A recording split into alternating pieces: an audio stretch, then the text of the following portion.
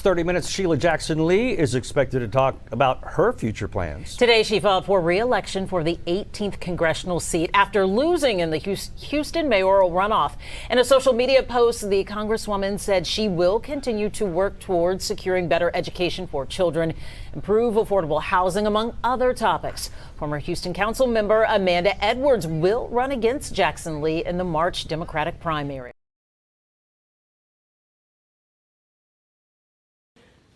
In terms of what the community is saying that they want and what they're not getting. And we have to be honest as a community and understand this. This is not personal, okay? This seat doesn't belong to any one person.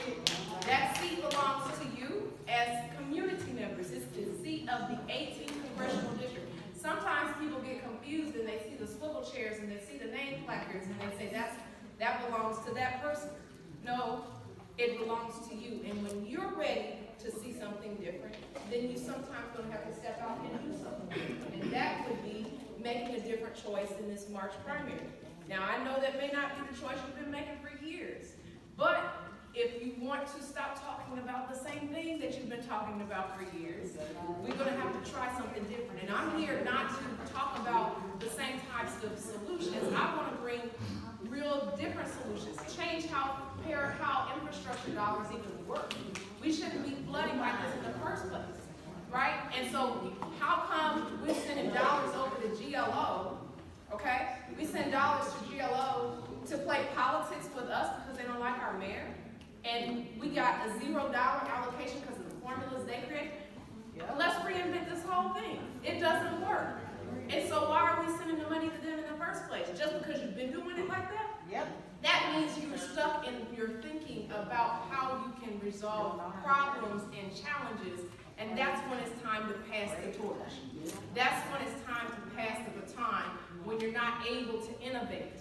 And that's what we need to do with our solutions now.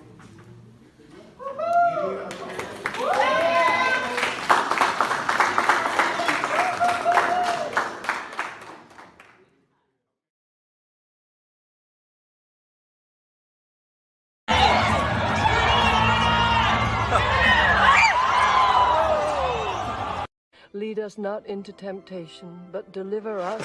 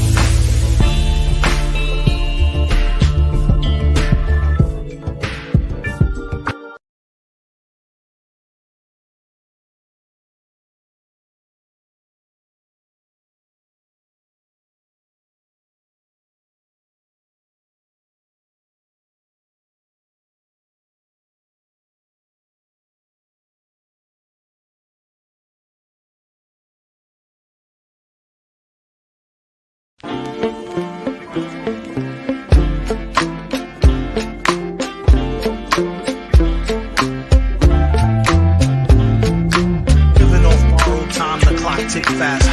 That'll be the hour they knock the slick blaster. Dick dastardly, a monthly with sick laughter. A gunfight and they come to cut the mix faster. And living the true gods, giving y'all nothing but the lick like two broads. Got more lyrics than the church got ooh lords. And they hold the mic at your attention like two swords.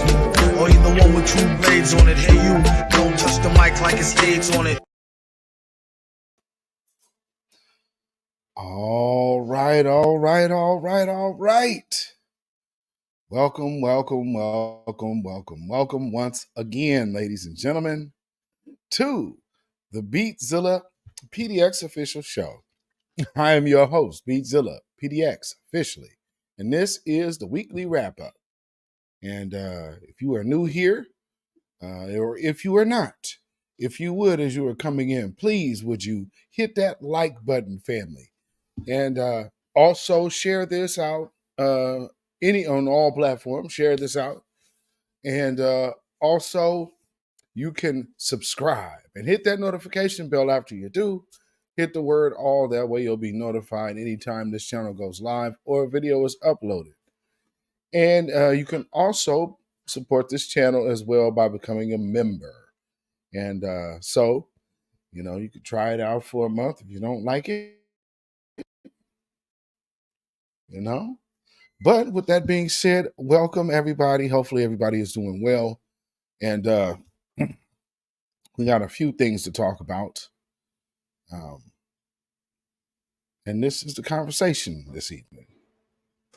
Is Sheila Jackson Lee charging Sisterhood to the game? And we're just going to go ahead and get into that tonight. Because it's very interesting how there is no like elder sister statesman that will look out for the up and coming. As a matter of fact, though, instead get in the way and try to stifle it, which is ridiculous. But it is what it is. But with that being said, let's see who we have in the building thus far. Let me get this over here. Okay, so let's see who we have in the house. And early in the house, yes, indeed, we have In the Mix Radio. Yes, indeed, I believe that's what's up. Beatzilla and my FBA family. Jackson Lee is a butthurt black immigrant tether with nowhere to go but home to her own country. And there it is.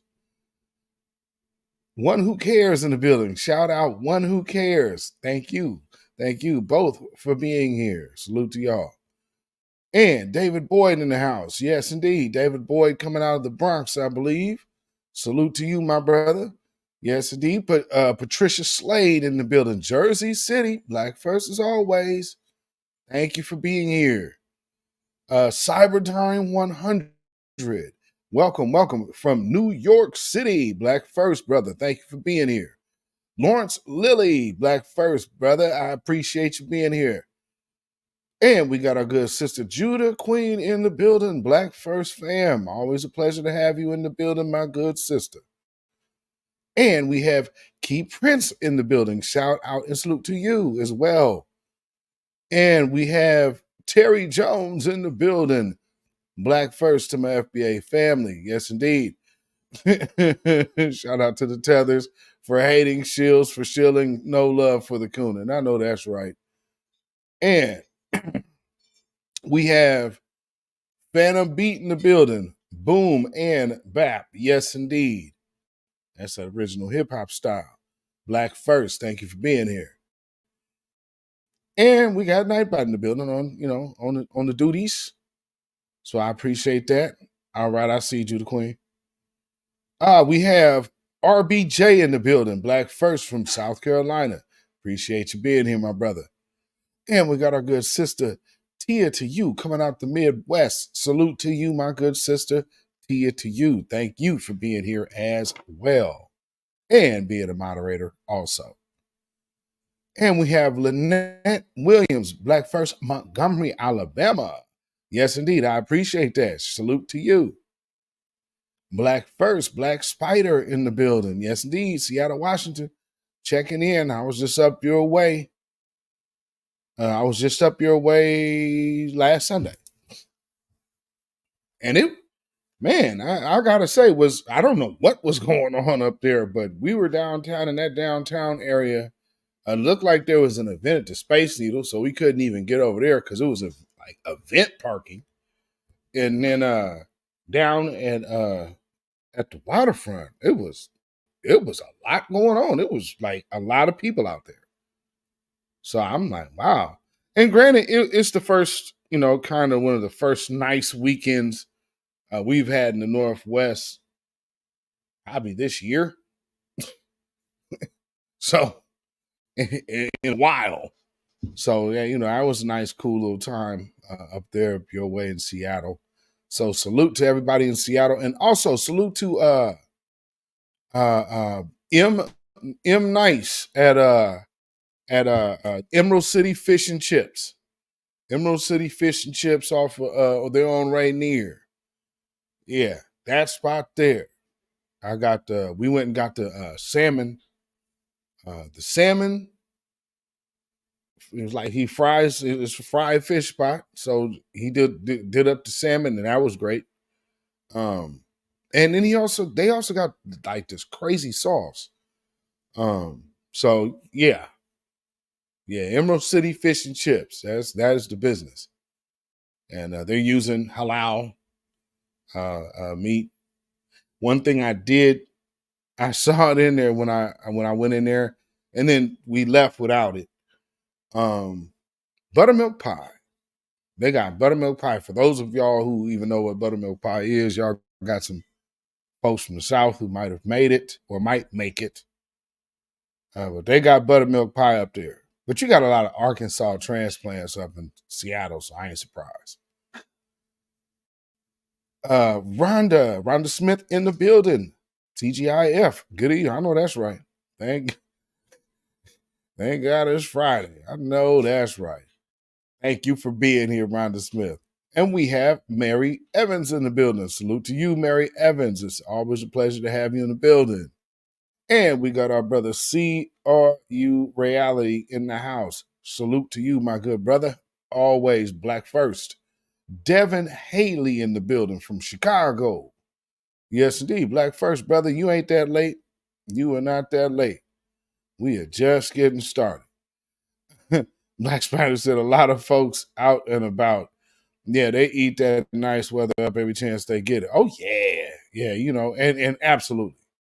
It was really nice up there. It was a real nice day. Buttermilk pie and cheese pie. Yes, indeed. Yes, indeed. Like, yeah, who knows about that? Oh, Devin, I'm sorry. Your avatar is so small on my thing. So no, by no means, please charge it to my eyes and not my heart. Devin Haley is a lady. So salute to you, my sister, Black First. Thank you for being here. I appreciate you. Chicago, Windy City in the building. So, as we do, we cover a few many things here, and got something, a very interesting story that I seen earlier today. And you know how they had all those flash mobs, right? All the flash mobs doing all the smash and grabs, and they're going into these specific stores. Well, there's been a new development. Moonrise in the house. Black First from Kansas City, Missouri. Salute to you. Thank you for being here. Yes, indeed. So,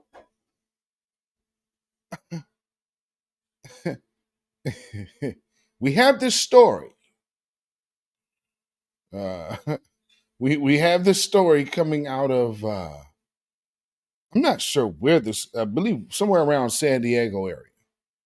And this suburbanite is really behind the ringleader of a theft ring, like the kind that you see these people going into the Mac stores, and they're going and getting all that high end makeup, and they're because I've seen a few videos they walking up in like Ulta and spots like that, walking into Sephora and hitting them hard. Well,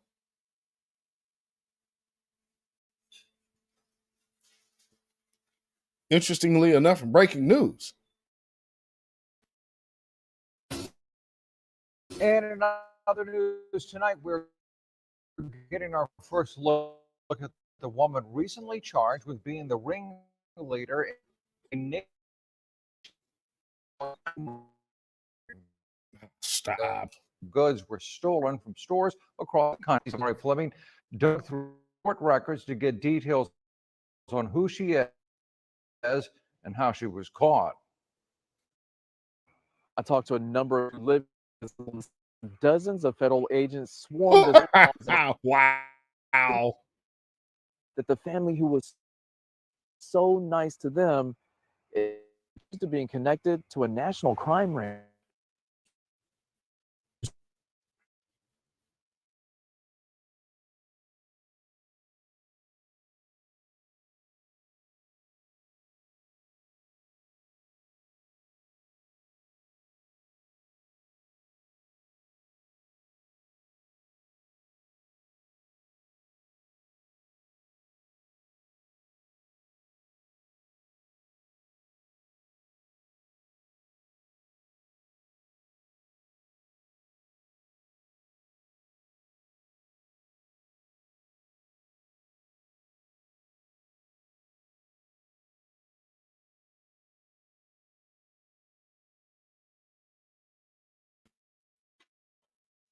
Okay, we're back.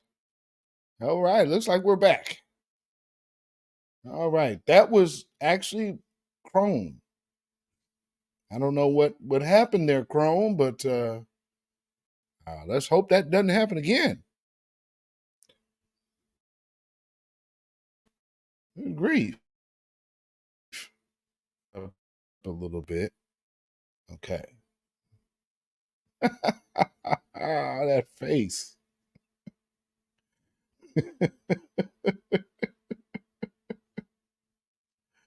I'm just saying.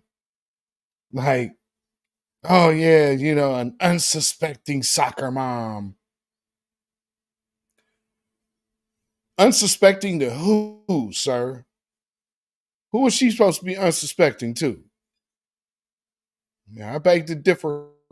It's great that they're arresting these people, and like I mentioned before, it is really unfortunate for the people that they got involved. These young ruining their lives over a couple dollars. It's really not worth it. According to the felony state complaint, more than $300,000 worth of makeup and other products were found in the Max shared Bonzel home when a search warrant was served December 6th. This neighbor didn't want to be identified. I see the justice system does work rather slowly, but it seems to be working. Michelle Mack is accused of paying as many as 12 women for their travel expenses, as well as providing them with a list of retail stores across the country to target, including 21 counties in California. Stores like Sephora, this Lens Crafters in Claremont, and this Ulta Beauty in Mira Mesa. It's one of 231 Ulta Beauties hit across the country. Federal search warrants show some of Michelle's alleged accomplices sometimes mailed stolen goods to the Bonzel post office, where Michelle has a company address listed under online makeup store, and then she'd resell the products on Amazon. Though the dogs announced our arrival, no one answered the door at the Max Bonzel home. Oh, I'm sure they didn't. Doesn't pay, but the Max are living in this multi-million-dollar home, while neighbors say they're paying the price for their alleged crimes. Like when anybody steals anything, insurance rates go up, prices go up, and everybody suffers. Stop. This multi-million-dollar home in Bonzel up for sale online. Some people who live here in the neighborhood say they are happy to see that, considering the fact that they say it's being rented out for weddings and other events. In Bonzel, Marty Fleming, NBC7. And we're working to find out when the Max will make their first court appearance, though one of their suspected accomplices is scheduled to make her first court appearance on Tuesday. Law enforcement is working to arrest some of the others now. Wow.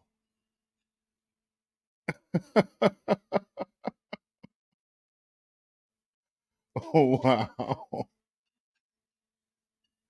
So, just think about all that crime and all of this crime we're seeing out here. And the crime, we got to be tough on crime. What are we going to do about all this crime? And these people are the libs. These libtards aren't doing enough on crime. And you got the whole ringleader over here, soccer mom, raisins in a potato salad looking. She's over here with a multi-million-dollar scheme, while they're busy and the media is making young Black children the face of crime. What are we gonna do about that? Like I've told y'all, they were trying to air this piece here about the crime and what's up with this epidemic of the youth crime wave.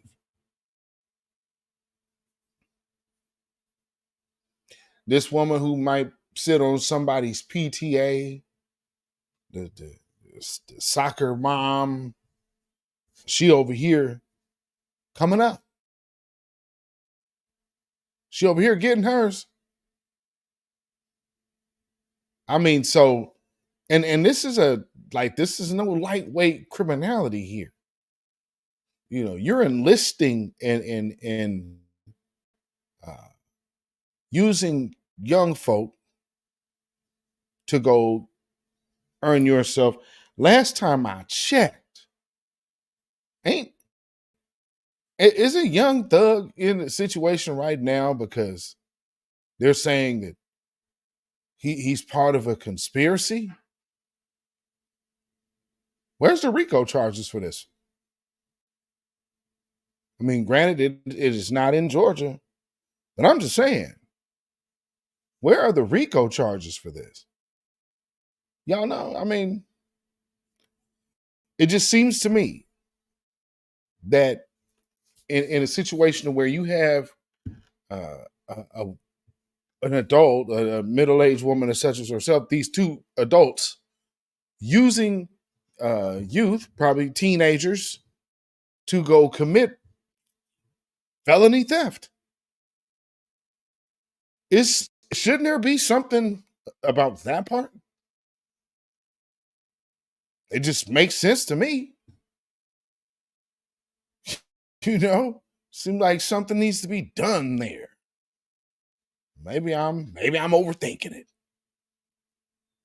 I mean, because it seems like if this was a Black man, just think about this. If this was a Black man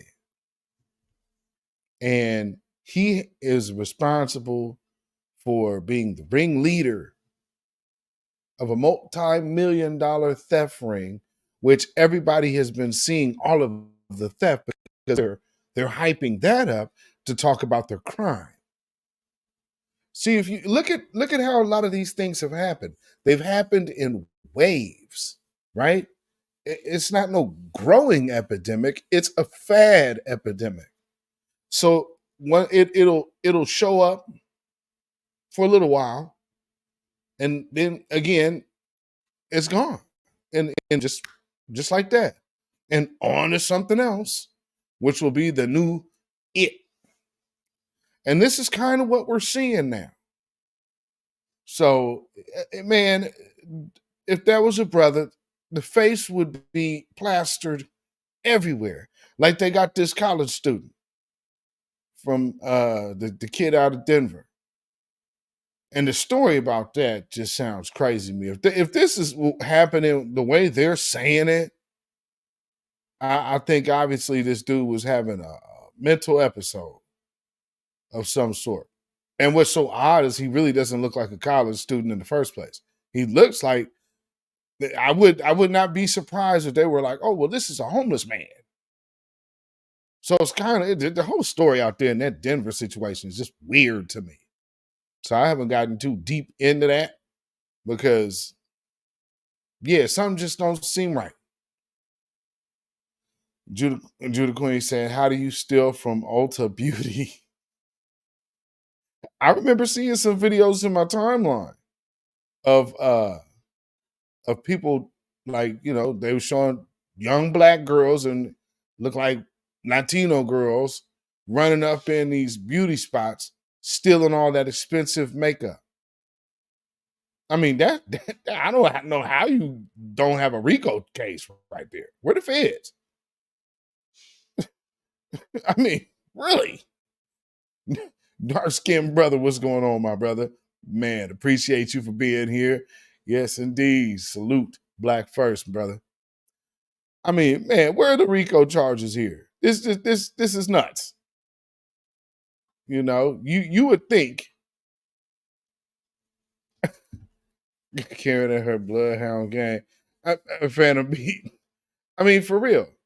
And she over here just gonna overlook the fact that she was using young people for her crimes. You having people send you stuff and this and that. I wonder how much traveling before, you know, were these people traveling? And then they got this big old multi-million-dollar house. Well, you know how they paying for it. Scamming. While they'll be over here, look at all this crime and oh man, the fatherless children out here is just a beast. And yo, man, what are we gonna do? You know, they'll go to the fatherless children routine.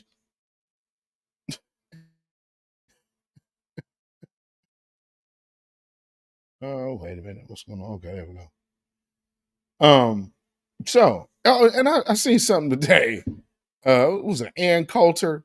I think I saw that on Twitter. I'm not sure if it was new or not, but she's talking to Van Jones, and they're talking about and she makes a mention of fatherless homes. Well, you know, remember, like these newer statistics that have came out. That's why you don't really hear people talk so much about the fatherless homes in the Black community, because truth be told, uh, black families are not the most unfathered, as of recent polling and data shows. So they got mighty quiet really quick on that line, haven't they? Because again, also now here in my city, you could say crime is down. You know what? The police are trying to pat themselves on the back for getting crime down. You didn't do nothing.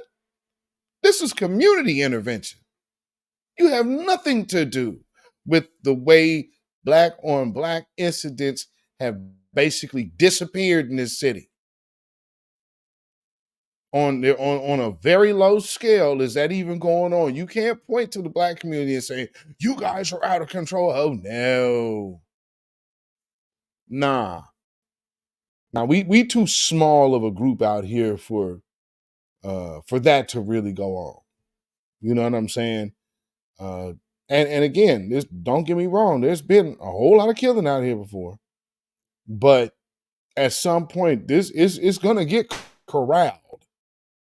You know, there has to be community intervention, because you'll be out here blowing away relatives. That don't make no sense to be doing. Who I see coming in the chat? I see antithesis. Antithesis in the building. Black First, Valdosta, Georgia. Salute to you, brother. Thank you for being here. I appreciate it.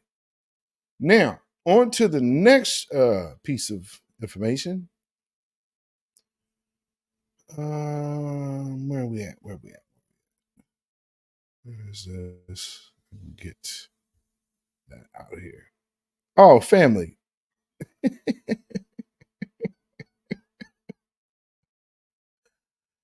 I almost forgot, because I started with it before, but now I have more faces in here. We have a good, I would say, co-sponsor of tonight's broadcast. And I would definitely have to say, you need to make sure that you do your due diligence to avoid stress.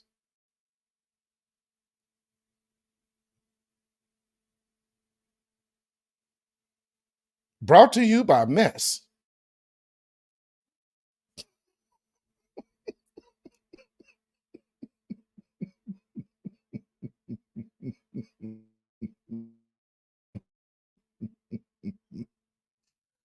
It's tool breaking season, family.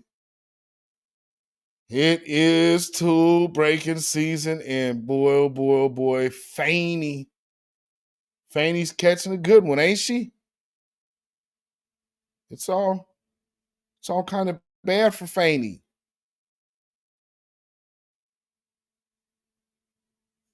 Matter of fact, let me get this in here, because I probably have to play it this way.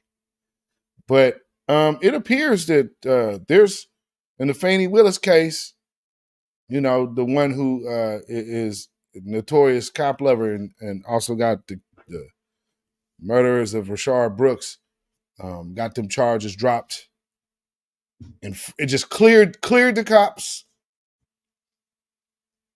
Well, looks like the favor is being returned, and looks like she might just have perjured herself.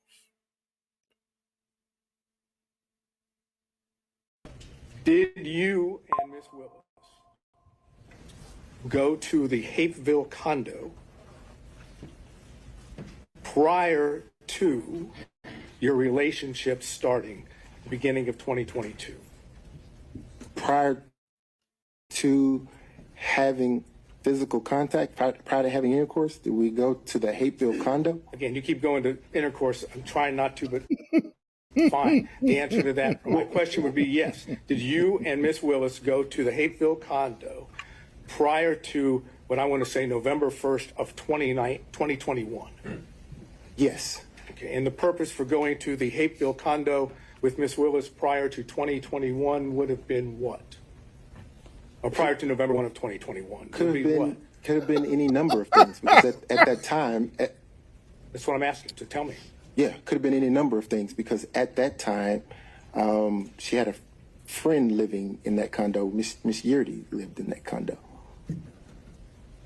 Okay. Maybe it was my question was poorly worded. Let me try again.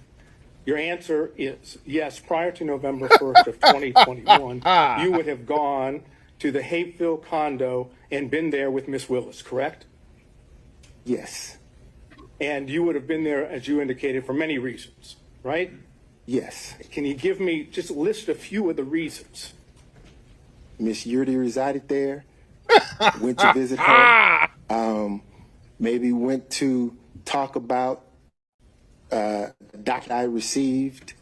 You would go to the condo to talk about a document that you received? Absolutely. Okay, go ahead. Absolutely. Any others? None come to mind. None come to mind? No, sir. And would you say that was frequent? When I say frequent, do you think prior to November 1st of 2021, you were at the condo more than 10 times? No, sir. So it'd be less than 10 times? Yes, sir.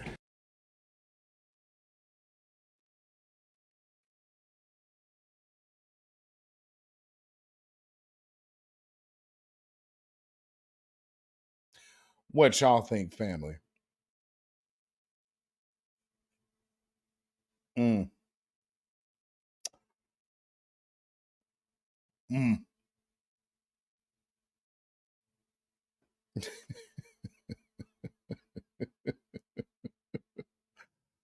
Lord.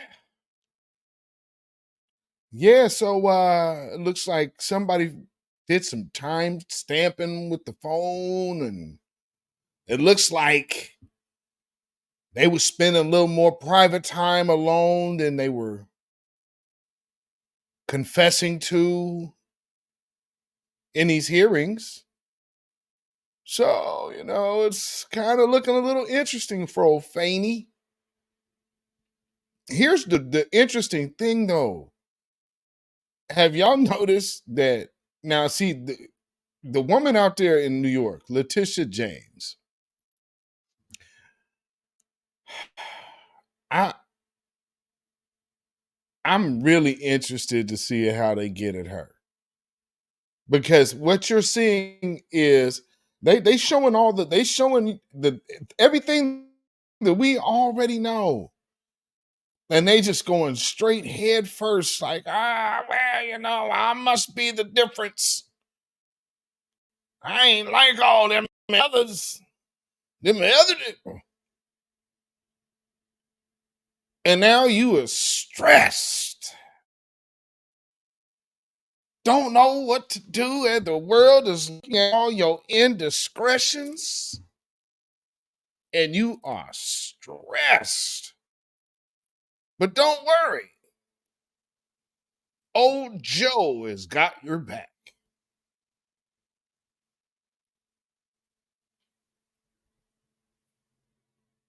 Couch for President, ladies and gentlemen. 2024. No tangibles, no vote. No black agenda, no vote.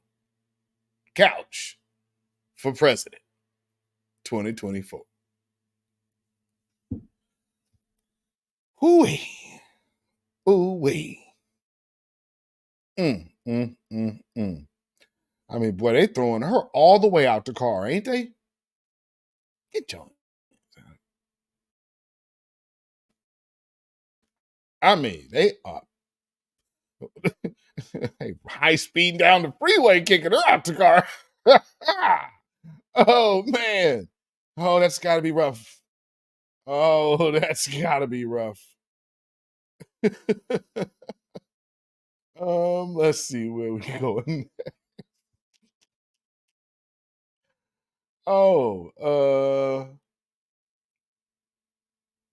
Let's see. New York. And I won't even bother playing that. So New York has actually passed a resolution, I guess, of some sort that the illegals can't vote in city elections. So they were able to secure that, which is a very good thing. Let's see. Do I not have that in here? Okay, it must be over here. Okay. Bear with me 1 second, ladies and gentlemen. Oh, okay. Guess here it is. So, what's happening here? My window's freezing for whatever reason. So we can make something happen. All right.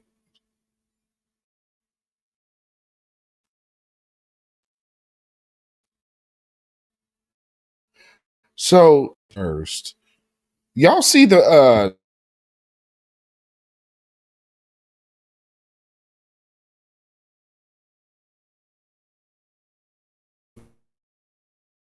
video of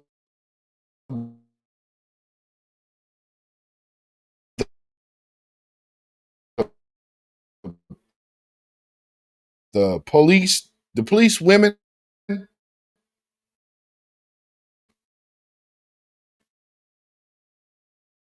running up on this sister's house, and say that she, because of course, it's Texas, so uh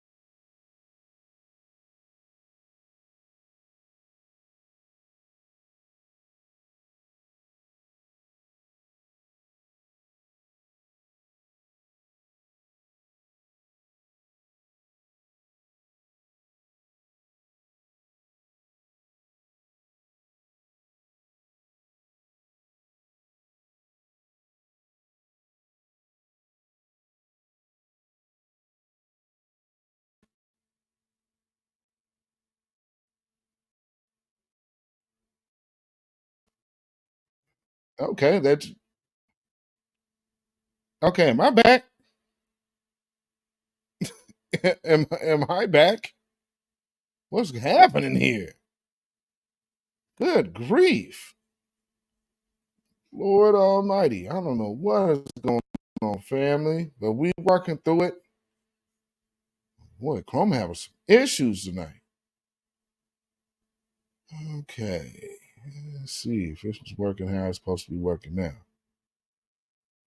All right. So this is the sister right here from Texas who was in her own home getting shot at by law enforcement, which, you know, people would wonder why we call them race soldiers. But for those of y'all who saw this video, well, these ladies up there just just unloading their clip. Shots fired, shots fired. Nobody's shooting at you. You're shooting at this woman in her own home. So if anybody saw my post or repost on X, I said, Atiana Jefferson much? I mean, because good grief. But check this out. What's the sound?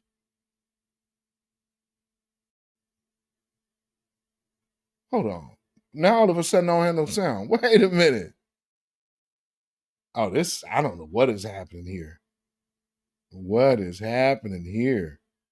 Okay, let me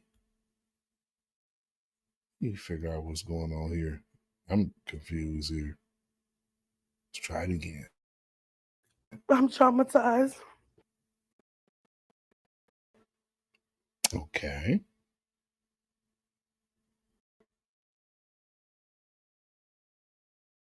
All right, let's try it again.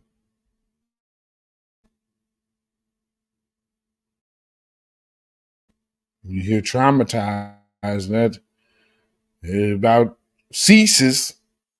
Yes, I am having issues here, family. You know what? Oh, okay. Hold on. I'm going to have to do something real quick because I don't know what is going on with. I might choke the browser. But first, let me do this. And enter the studio.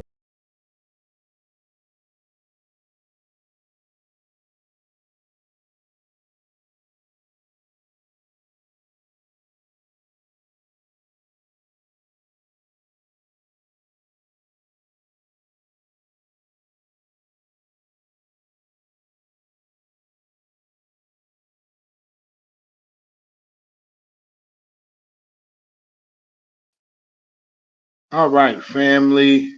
Bear with me 1 second as I restart this window. So hopefully you can hear me.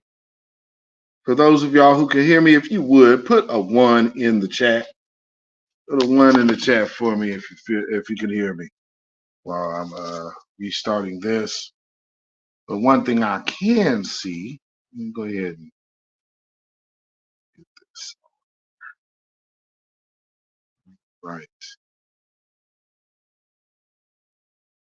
Okay, I'll give you that. There we go. So hopefully everybody can actually hear the sound of my voice. All right, I see the ones in the chat. Okay, cool. Thank you so much, family. And what's this? All right, hopefully we are back. Everything smooth.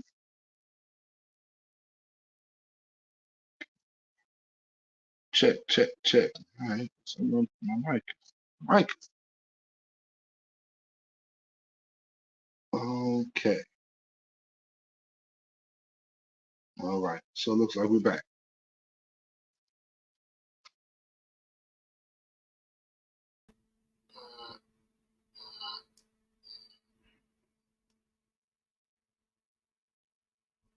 All right. So we should be back. Right, get that. All right, that was really weird. Don't know what was going on there, but okay, I can see. Get on out of there. All right. Oh, that was crazy. Good grief. All right, so see, and again, just rolling with the punches as we have to do, so we don't end up stressed.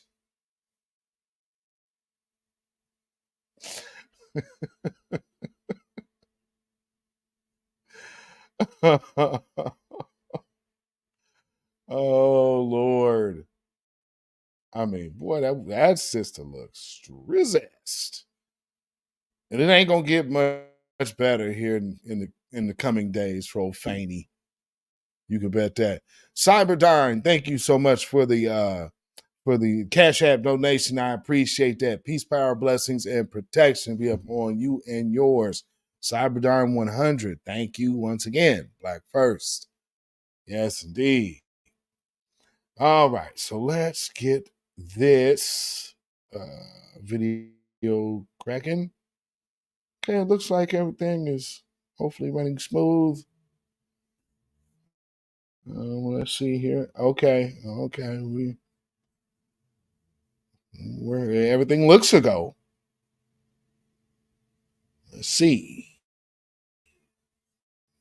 How we're in business. All right, and it looks like we are. So let's bring that on to the stage, and here we go.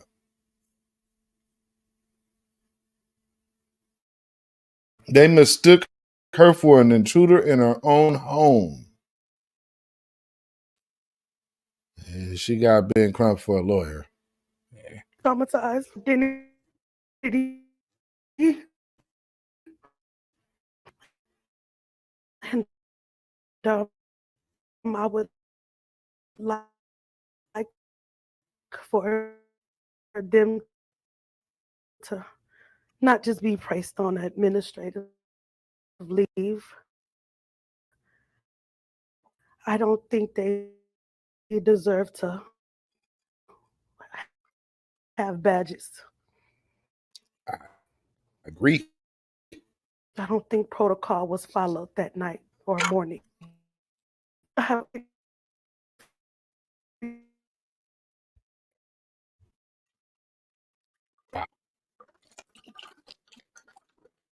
Wow.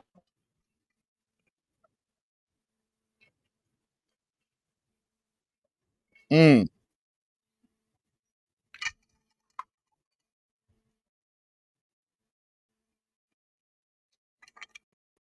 Wow. Keenly aware of their Second Amendment rights and their rights to bear arms, to have a gun, to protect their home, to protect themselves.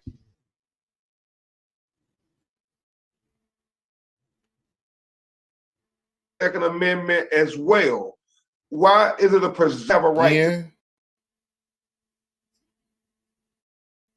I mean, I don't understand what's going on here. We might have to do a whole restart.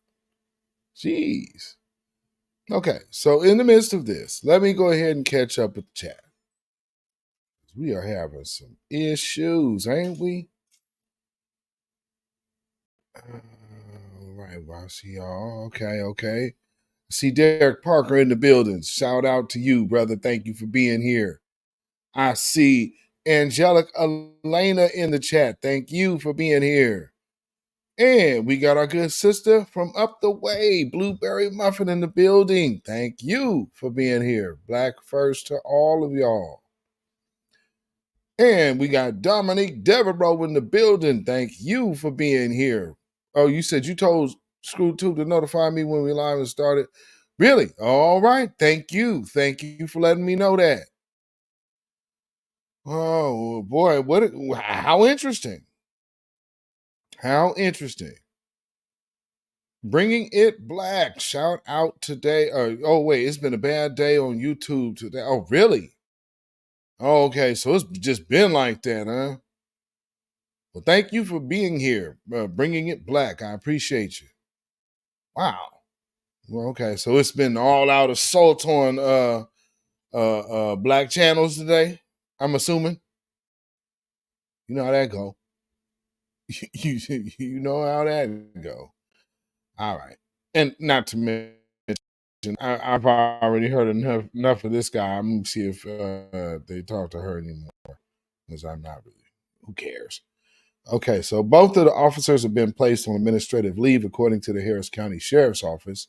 The Sheriff's Department and local district attorney are investigating, and the case is being referred to a grand jury. Okay. All right. Wow, I can dig that. Okay. So that's the end of that. Yeah, I can end, I can definitely understand that. That's a very interesting story though. That's like they're putting her in a situation like Atiana Jefferson all over again, and she survives, and these women walk pretty much. Oh, okay. Well, there's a grand jury that's going to look. We'll see, because there's a grand jury in the Breonna Taylor case too. So yeah, let's keep an eye on this one, family. Because here's the other thing: you're just indiscriminately shooting into the house. There could have been a baby that, like she said, she has a little baby. So you could have done tow up the baby, prosecuted to the fullest extent. That's how I see it. Attempted deletion. Are we supposed to see this any other kind of way? I think if you did, something might be wrong with you. Oh man. Okay, so moving on. Is this taking so long?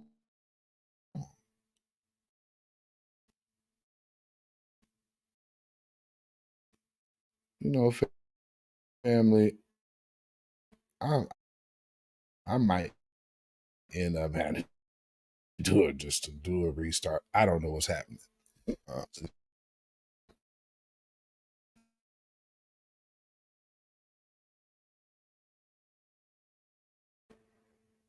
right. So we're going right there. All right. Okay. All righty. And there. All right. Here we are.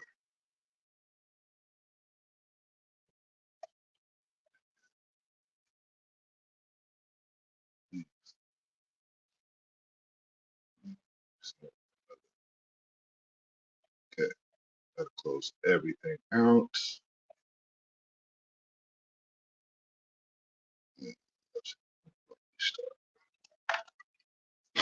All right. Well, family, hope everyone can hear me just fine. I had to switch over to the phone for a minute. But nonetheless, we are here. Blueberry Muffin said Sheila Lee wears pink to look more human.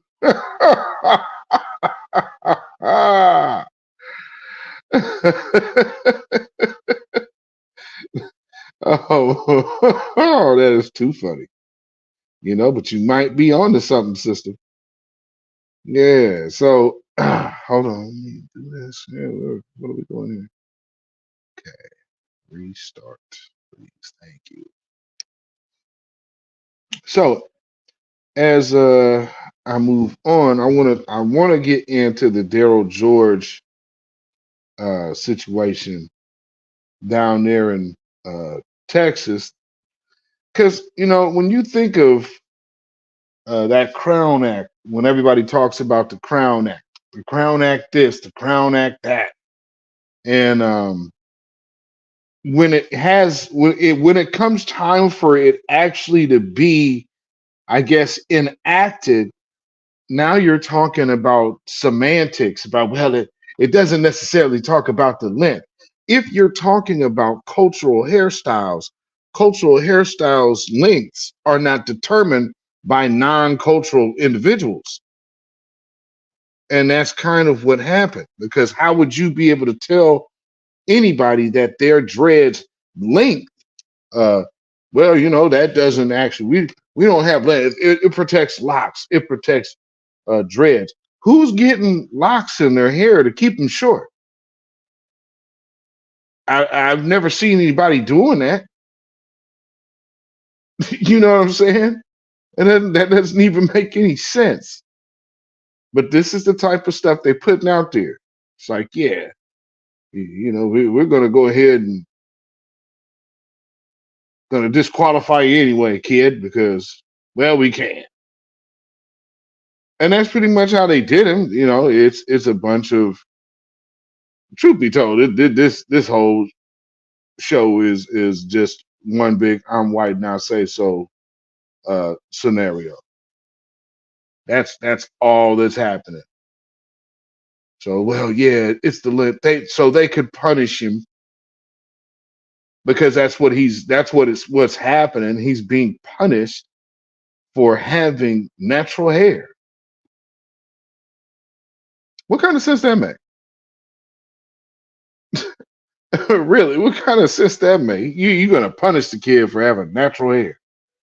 All right, hold on one second, family. Let me see if this is working. See something here.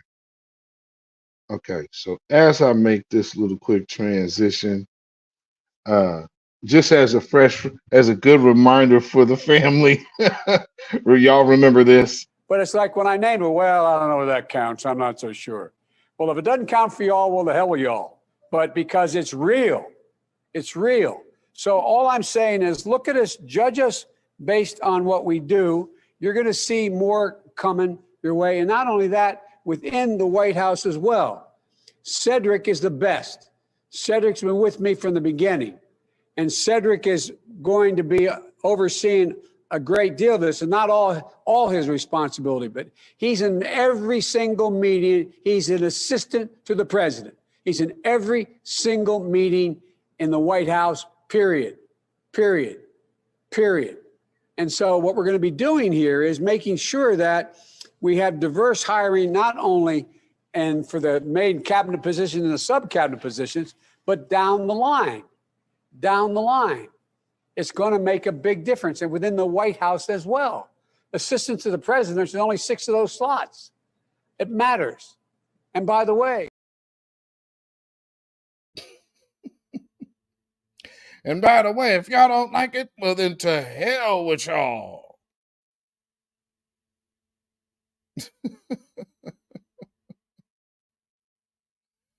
Oh, Lord. You don't like it, then to hell with y'all. Whoo-wee.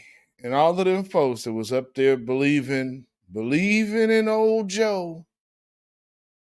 Some of them folks right now are stressed.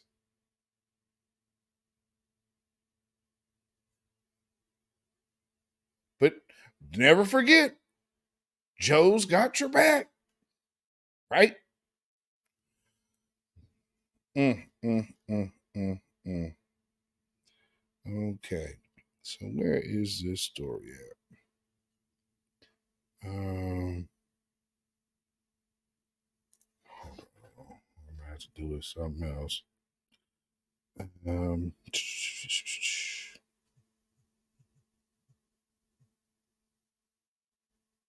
Okay. look up this article real quick.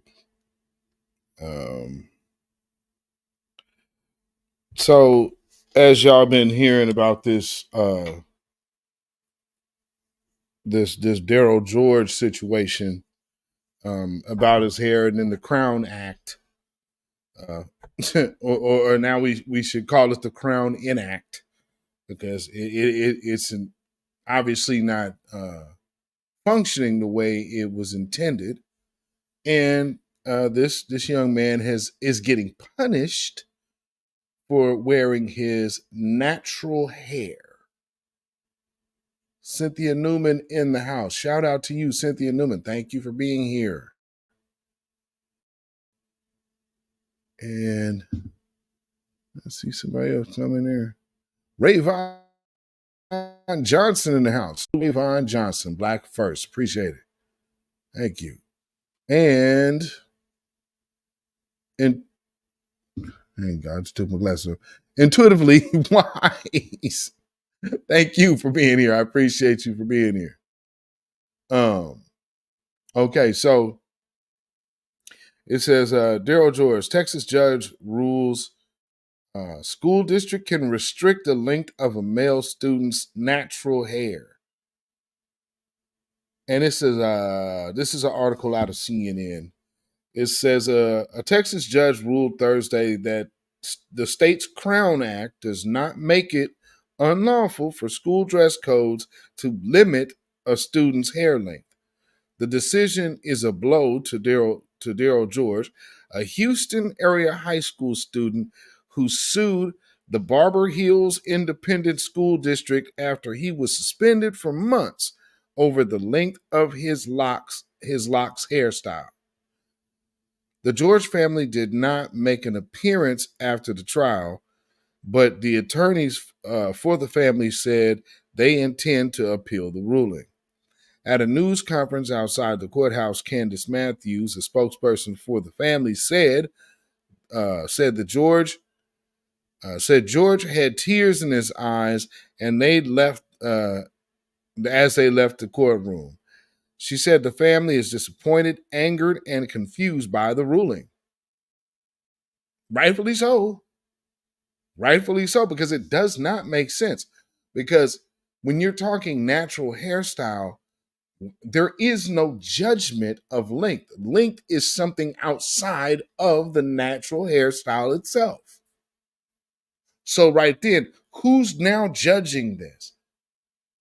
Because if you're not having this, you're not having the communal input from culturally invested individuals and stewards, like we have these elders that are still living. You could tap that as a resource. I'm sure there are plenty elders in Houston that could tell you about these hairstyles.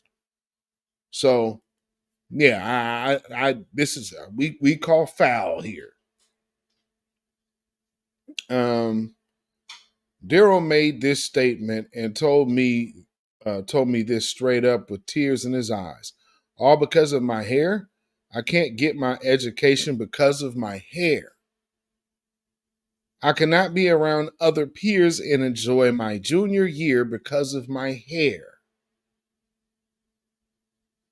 Now, when we talk about protecting children and whatnot, what is his longer hair having to do with harming any of these kids?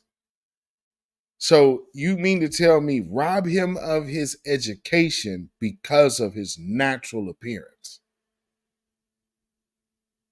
That's literally what that's saying.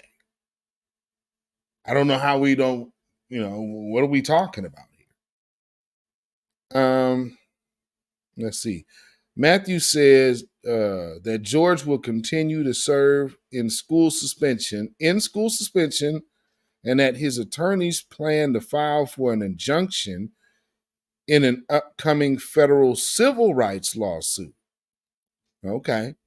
Barber Hill Independent School District Superintendent Greg Poole said the ruling validated our position that the district's dress code does not violate the Crown Act, and that the Crown Act does does not give students unlimited self-expression.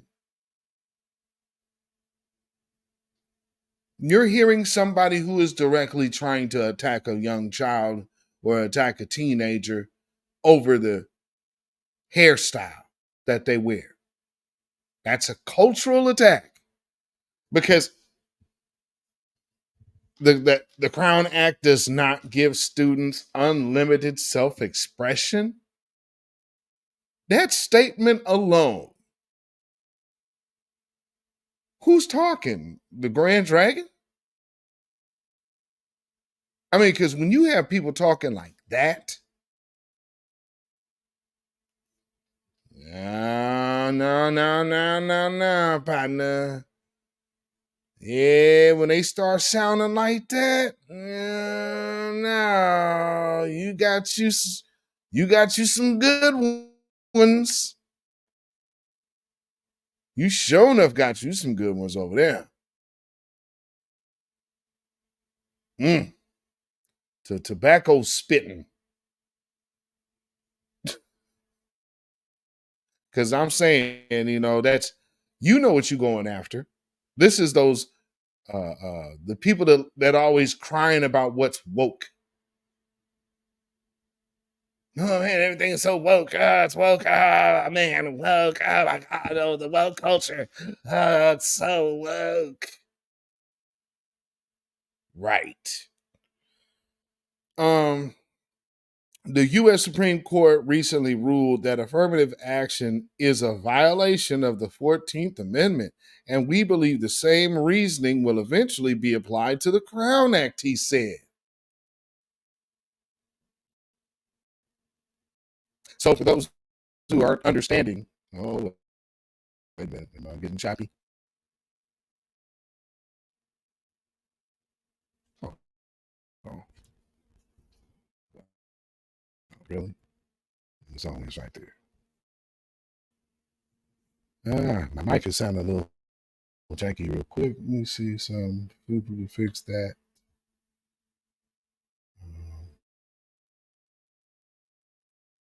Hold on.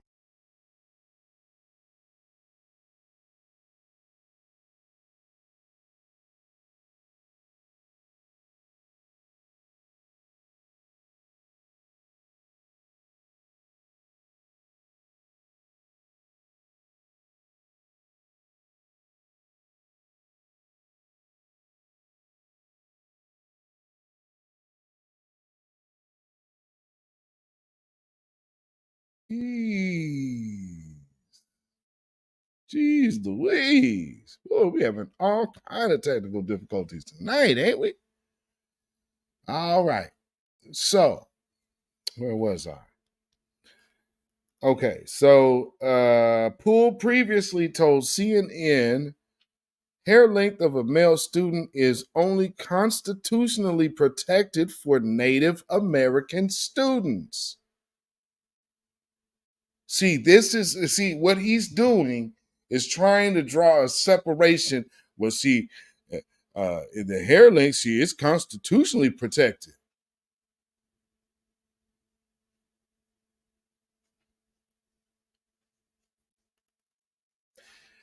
This is number one, it's I'm white and I say so. And this is a bunch of supremacist targeting, anti-black targeting of our children. And that's all that's happening here. And this dude is obviously a very clear, outright anti-black bigot. That much is clear. The Texas Crown Act went into effect on September 1st. Oh wow, we really doing this again. And I don't know what is going on with the sound now. Hold on, family.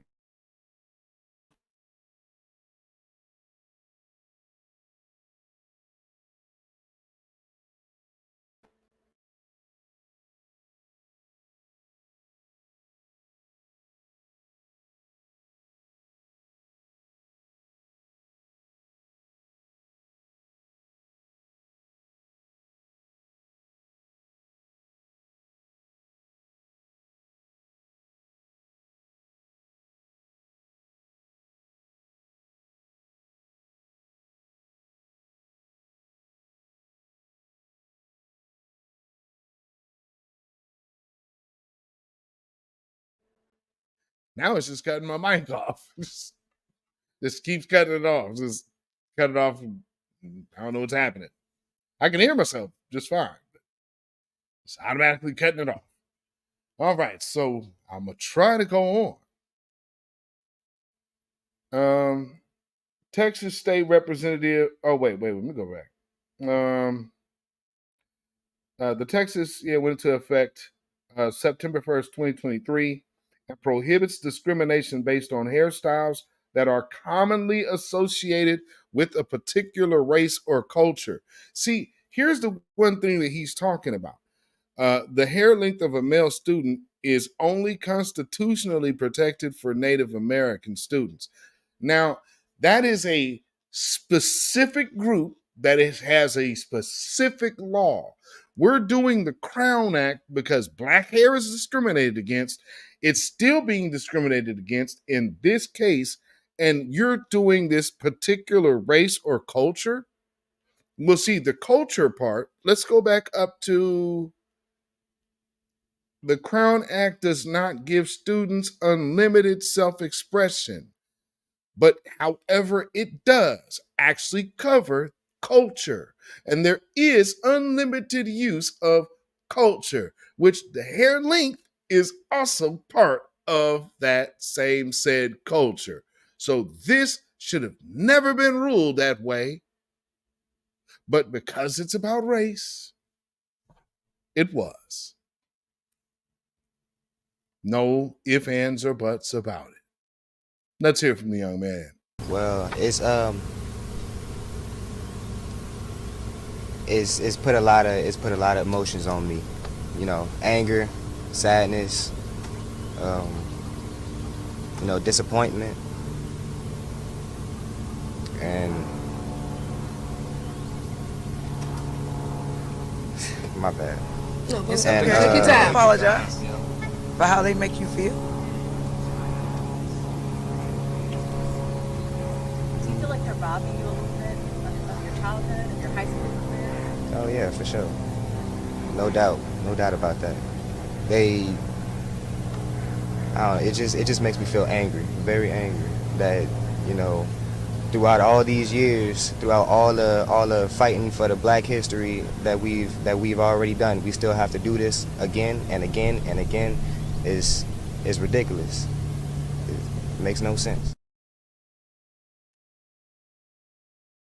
And he's absolutely correct. It makes no sense. And I mean, and look, the way his hairstyle is, it ain't hanging down. It's literally up. So it's up, it's lined up. See, this is hating. This is just hating. And we want to flex on this kid and that we got this woke act. Because truth be told, what does affirmative action have to do with the Crown Act? And then when he goes out and says constitutionally protected, that the Native Americans are constitutionally protected, but foundational Black Americans are not, according to him. And then so this Crown Act is going to be different, I guess, than the constitutional right that Native Americans, the $5 Indians have, that, well, some may be legitimate offspring, but they get specific exemption from the dress code. And they're all right with that.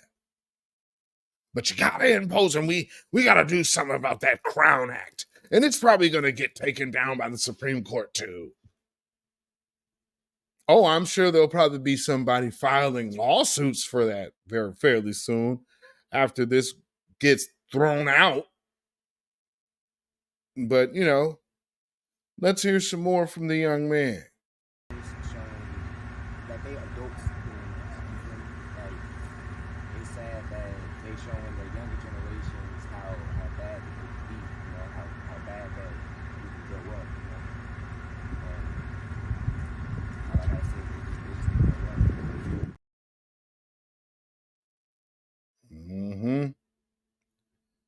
And check this out. What's next is that I want to get rid of all these Klansmen that's down here that's doing inside kids. I want to expose every last one of them, and I'm going to come after all their jobs.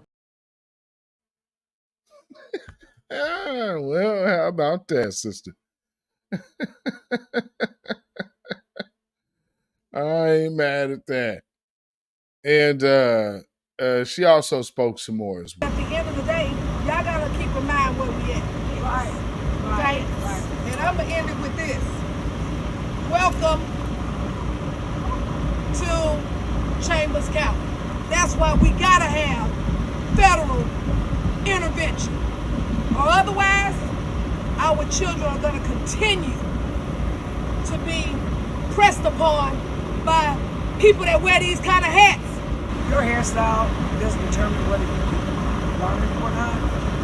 But the whole point, his hair was pulled back. His hair was above his eyebrows. So it's not about that, right? Otherwise, they would have made an exception for it. But trust and believe that we will continue to fight, Lord, we will continue to show up. I will continue to show up because that baby, he's a baby. It should not have been in the courtroom, it should have been in the classroom. And that's a fact. That's a fact. He should not have been in a courtroom. He should have been in a classroom. How wrong are they for that? So hopefully everything works out on that appeal and they get the justice served.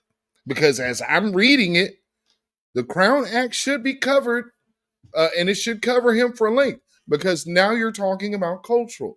And as the person who is obviously one of the people championing this kid being punished, he's overlooking the fact that he cannot dictate someone else's culture as much as he's sitting up there talking that he wants to, but you can't because it's not yours. Some people represent the earth's biggest coveters. Some would call them the wicked. And say the things that you would know them best for is stealing, killing, and destroying.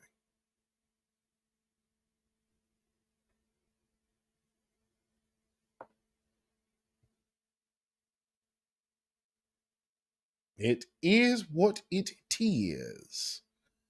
You know what I'm saying? All right, so let me see where we are at. I gotta get this back over here. So everything seems to be acting all right now. So we are going to proceed. Seems like I'm missing something though. Oh, did y'all hear about the the situation with Alvin Bragg, the murder suspect that they have? I guess the murder suspect is in Arizona now, and they want him extradited. But the DA said we ain't gonna extradite him because he's one here. All you gonna do is let him go. Which is probably some truth to that. Oh yeah, there is probably some legitimate truth to that. Oh, you know what? Where do I have that? Do I have that? I thought I had it in here. Wait a minute.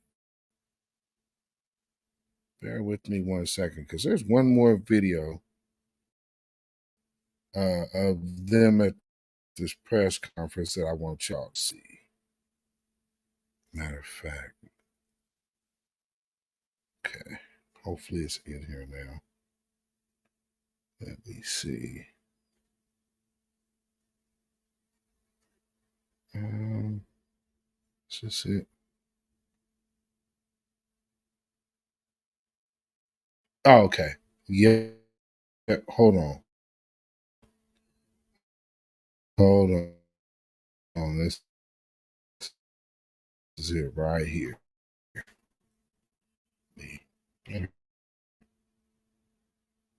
Put this over here. Now, again, boy, it seems like we're spending an awful lot of time in Texas tonight. I'm just noticing we are spending a lot of time in Texas tonight because we are wrapping up in Texas. Let's see. Hopefully, okay. Let's do that again then. All right. Y'all see people getting on Tiffany Haddish's top too. The video I played a little bit of the other day. Y'all seeing them? They getting at this woman. They wasn't too happy about her going over there. I'm going over to Israel to see for myself. Like, what are you talking about? Ain't got nothing to do with us. Now, like I said, cultural. Going back to my previous point about the cultural piece of the hairstyles. This lady, literally, the whatever politician, I'm not sure of this woman's name, but she makes the same reference that I am. I mean, it's cultural. I don't get how you get away from that part. And I know you touched on First Amendment and sort of the broader implications behind this. I think some people, to be fair, might watch this and say, hey, you know what, life's not fair. This is only hair. You know, why not take the L, cut the hair, and move on and continue your education? Why is this such a big deal? Okay, so let me answer that for you. See, someone that would say something like that is someone that is completely ignorant and don't know what our culture represents. See, this young man has hair from his ancestors that is moving into his head. This is a spiritual journey. So you're telling me you're going to tell somebody at a synagogue, yeah, take that off your head then and just deal with it. No, you're not going to do that. And you're not going to tell this young man, just suck it up and deal with it. No, he has a right to his spirituality. He has that right. Now, if you don't like it, then that's not a personal problem to me. Okay? Because, like I said again, this is someone that is ignorant.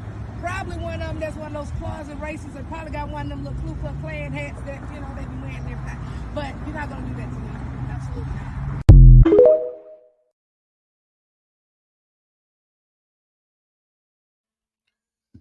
I ain't mad at that. But yeah, so that lets you know that this is a cultural type of attack, which again is just another societal indictment of the dominant society. Go figure. D. Foster in the building. Salute D. Foster. Thank you for being here. Black First. Yeah, that's showing you what time it is, ain't it? You see where they playing? How they playing it? Wow. I mean, I'm glad she did that because again, like, yeah, she's holding it down because what they are doing is straight up anti-black racism. That's all that is. And your attack is, here's the other thing. You're attacking a kid. And this is a student, like, insane. It's insane. We talk all this mess about education, and here you are stopping this kid from getting an education because of his hair.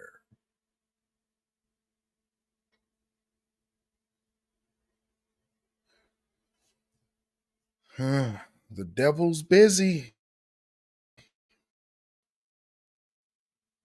Good Lord.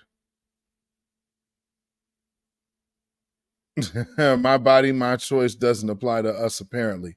No, to the queen, it absolutely doesn't. That is a very, very true statement, sis.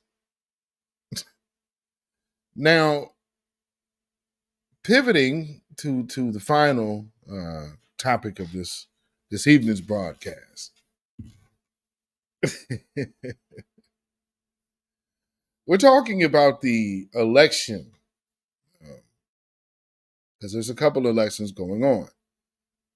There's the congressional elections,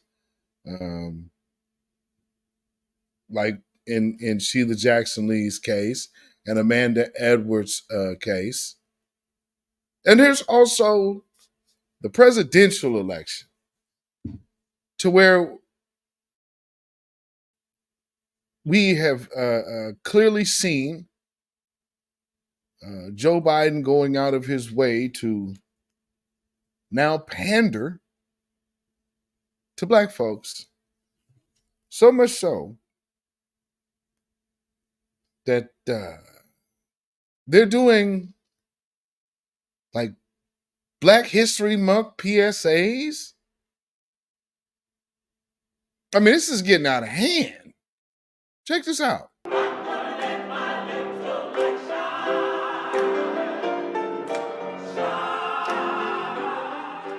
During Black History Month, we come together as a nation to honor and celebrate our history. The history of Black excellence and leadership, culture and creativity and resistance.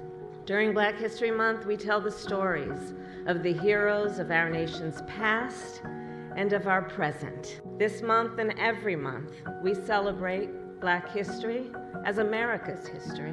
The fact is, to all of you, on behalf of Jill and me, happy Black History Month from the White House. Black excellence, culture, heroes known and unknown who inspired a nation. Let's reflect on how we make history, not erase history.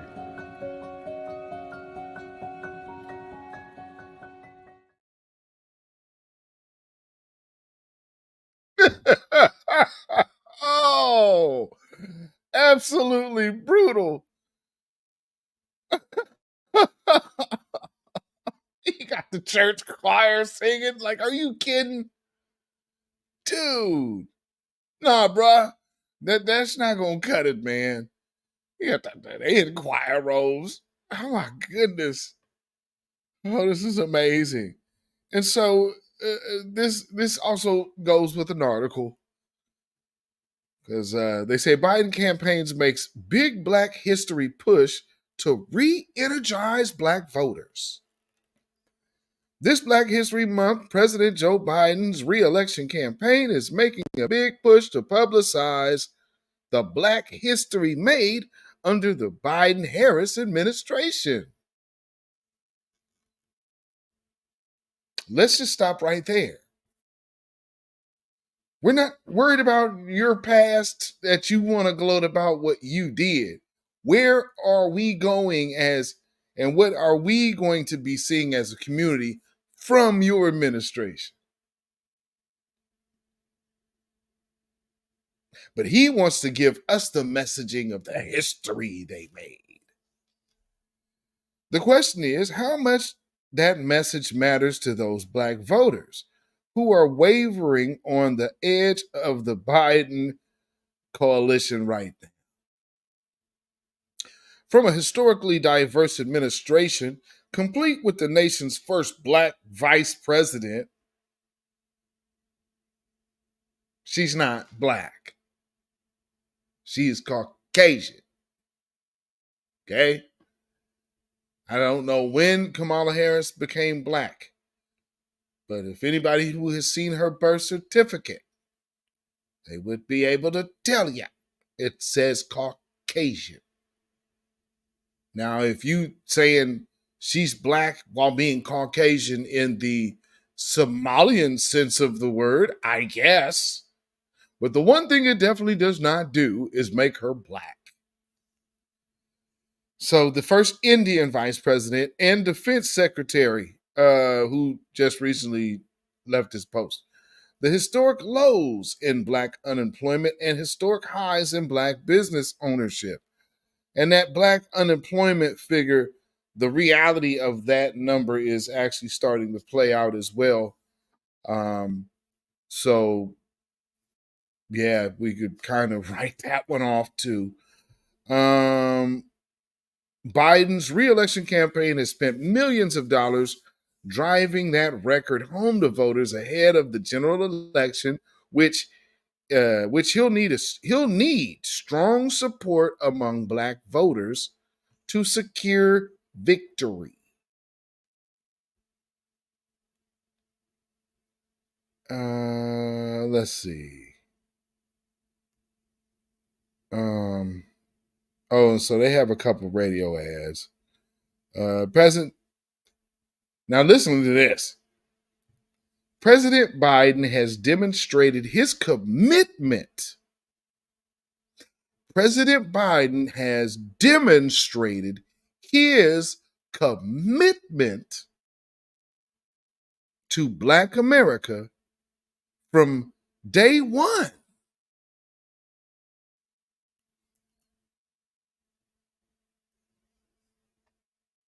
What you all know, but most people don't know, unlike the African American community, with notable exceptions, the Latino community is an incredibly diverse community with incredibly different attitudes about different things. Oh, really, Joe? But we get. But I tell you, if you have a problem figuring out whether you're for me or Trump, and you ain't black. President Biden has demonstrated his commitment to Black America from day one by building a team of history makers. Deputy Campaign Manager Quentin Folk said in a statement released alongside the ad. But recent interviews by NBC News suggest Biden's efforts to highlight what his campaign has framed as a historic commitment to the Black community may be undercut by the sustained backlash to his policy stances, particularly what some voters perceive as his rejection of their demands for a ceasefire in Gaza amid the Israel war? Huh? The hell that got to do with it? That is not a black issue. You're talking about Black America having a commitment to Black America, and then said that, well, yeah, most of his problems are coming because these Black America's not worried about themselves. They're worried about a ceasefire.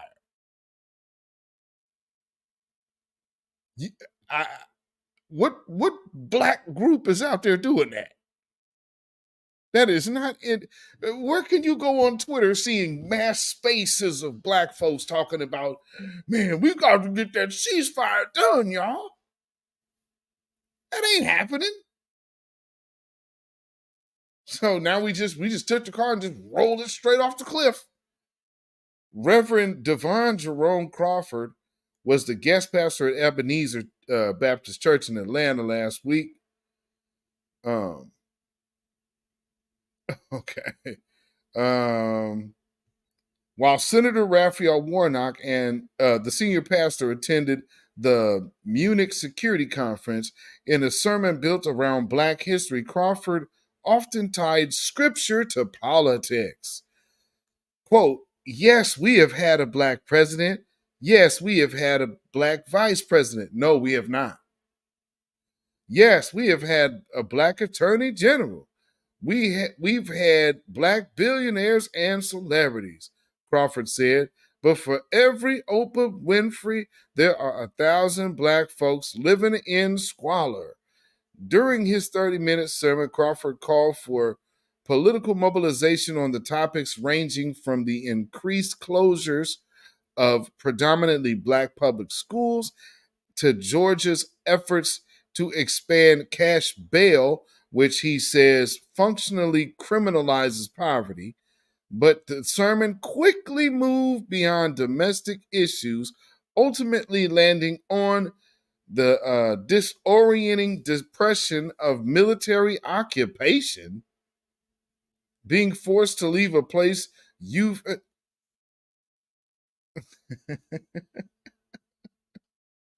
See, where they find these Negroes?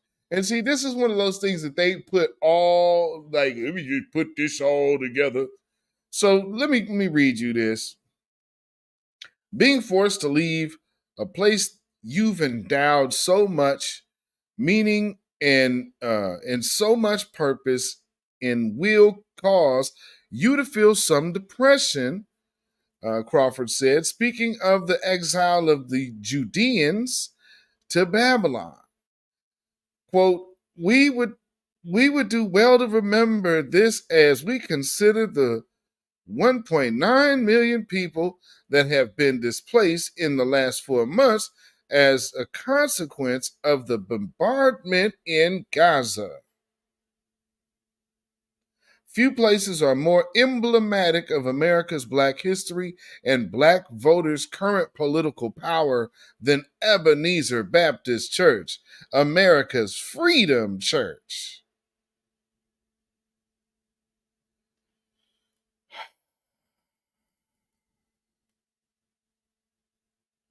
And then they're going on all of they pretty much talk about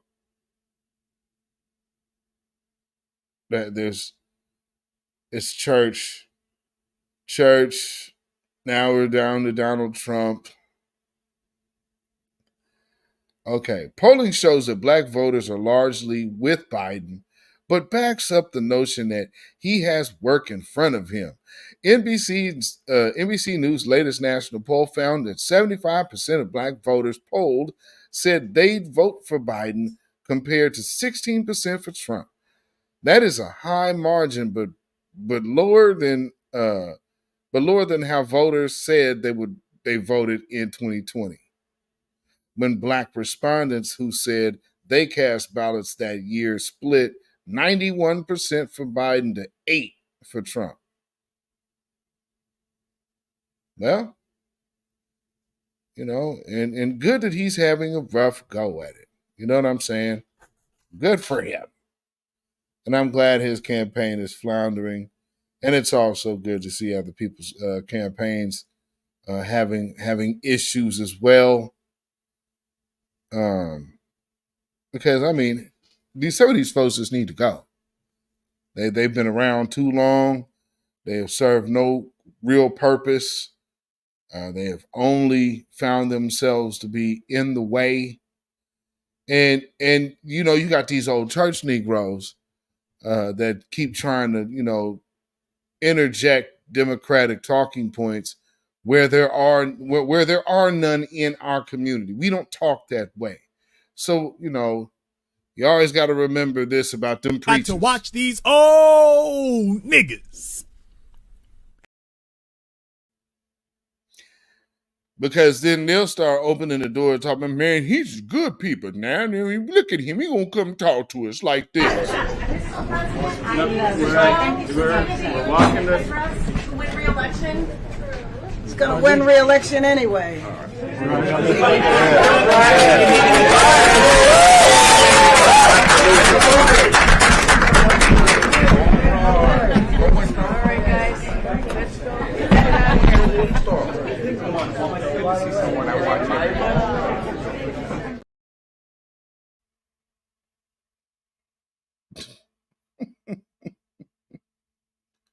Lord. Mm-hmm. So, moving on to the final piece of the evening. Well, they love to pander, don't they? Let me go over here in LA and go with Karen Bass. Have my darky usher me around real quick. Get on out there and do what you need to do. Old Joe. Boy, oh boy, oh boy. So I guess, let's see, where do I need to go? I guess we'll start here. So I guess let's do a quick reset. Because y'all know how we do here. Family.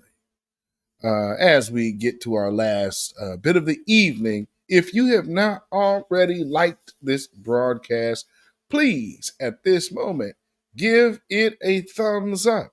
And for those of you who have already gave it a thumbs up and have shared it out there on your social media, well, I'd like to say thank you for tuning in. And if you are just now tuning in, you are tuned in to the weekly wrap-up.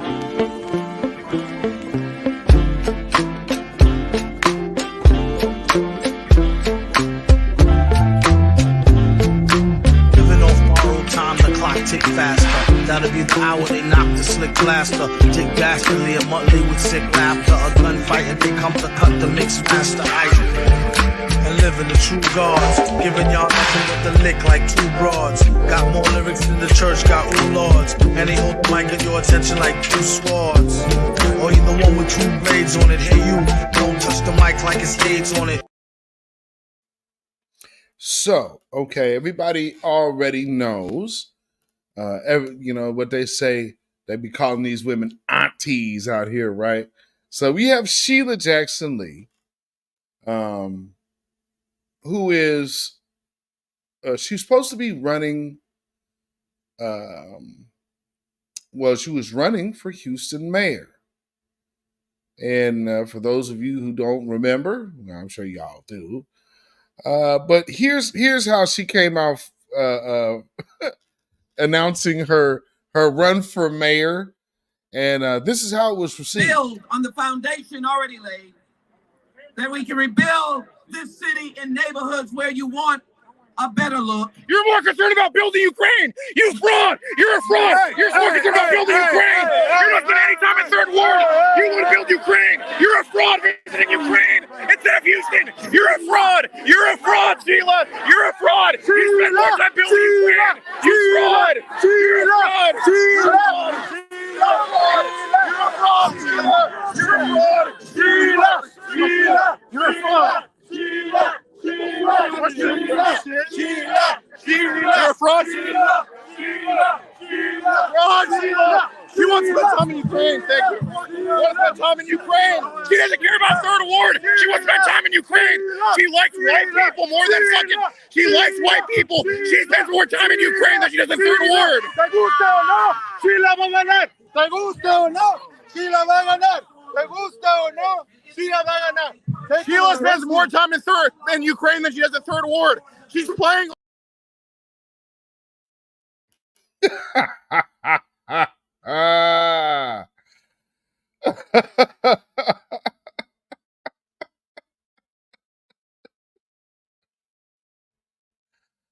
Oh, the insanity.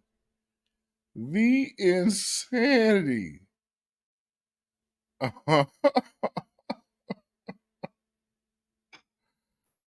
Oh, man.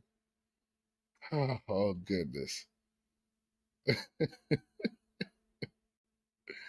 Okay, so I think I've got everything I need right now. So Auntie Sheila, she got heckled there. Now, I don't know if y'all know, but they have ruled. Remember the dude that she was her former intern or whatnot. They've now ruled his death not a self-deletion.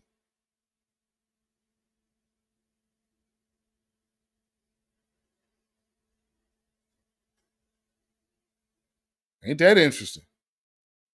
So yeah, we're gonna see where that one goes. 'Cause, yeah, he's supposedly did not self-delete. And then there's some stuff coming out about Chicago. They was funding his stuff. It's like, oh, okay. Now, you know what's funny? These people, it takes them forever to come out and address black folk, right? But they already done tweeted about this non-binary kid that got beat to death at school or whatnot. And I mean, I don't really know the issue. They say it has something to do with the bathroom or whatnot. So I don't know if that's true, but I find it very interesting. Let's see, where's it at? Okay, so I'll go here. So, it's funny, when you got people like Sheila Jackson Lee, you get a chance to see her in her real, her real everyday, day-to-day speak when she was talking about that brother and Bolton talking to the other one who she was talking crazy to. And I guess there's been kind of a clip, from behind the scenes look at Sheila Jackson Lee. And when it's time when she get a visit from her grandchildren. Check this out. You little bitch ass motherfucker. Come over here and give your grandma a hug. Ah, that's my nigga.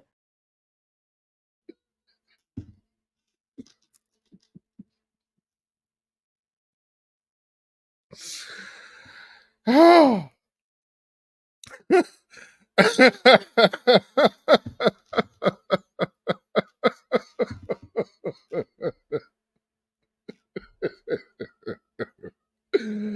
Oh boy.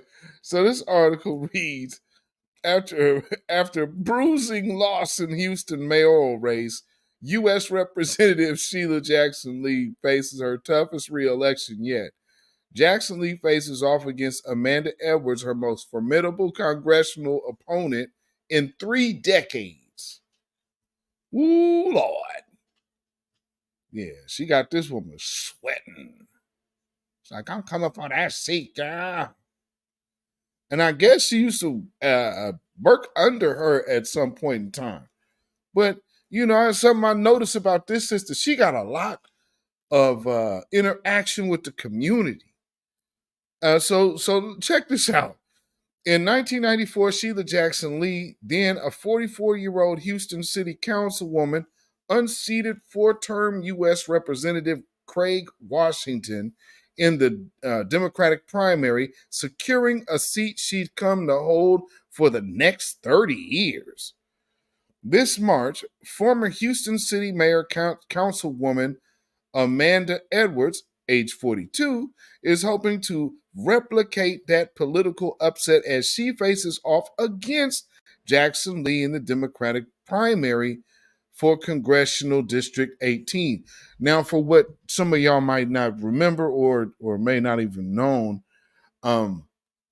Amanda Edwards was running for mayor initially, and she dropped out of the mayoral race to run for because I guess, for all intents and purposes in that area, you would have assumed that Sheila Jackson Lee was going to become the new mayor and that seat would be vacated. Well, Sheila Jackson Lee got blown out and did not become the mayor. And then after this sister graciously bows out of running for mayor and then running for Congress, Sheila Jackson Lee, after taking an embarrassing shellacking in a very lopsided loss, a runaway rout, if you will, she looks to undercut this sister who already bowed out graciously, and instead of her moving on, and nope, she's had to go right back and challenge this sister for the seat instead of letting new blood step in. No, they want to die. We've said it many of times. These folks want to die in these seats. They want to die in these positions. They're stuck on doing so. They don't want to do nothing else. As you can see. So let's see. Let me get a couple of these videos in here. And I ain't mad at what she talking about, to be quite honest. So I'm gonna play a couple of her campaign ads, and we're gonna take a look at what this sister's bringing to the table. But as far as I can see, and for anybody asking, I don't know her political stances on a lot. I see her dealing with the people of Houston. That I do see. I see she's involved with the common folk. And she has a rapport in Houston. She's been endorsed by quite a few people. Now, of course, you got the old Democratic faithful. I guess, the NAACP, they're staying on on script.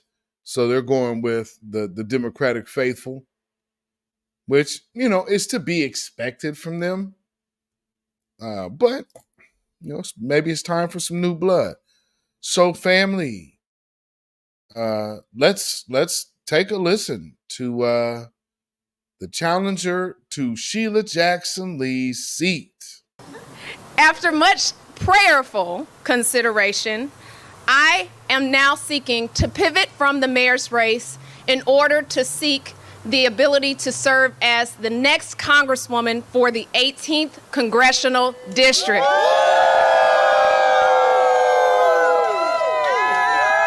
Okay, guys, now you can flip the signs.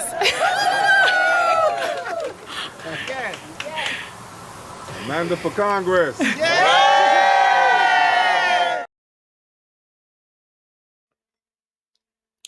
So that's her announcing. And so you see that she got out of Sheila Jackson Lee's way.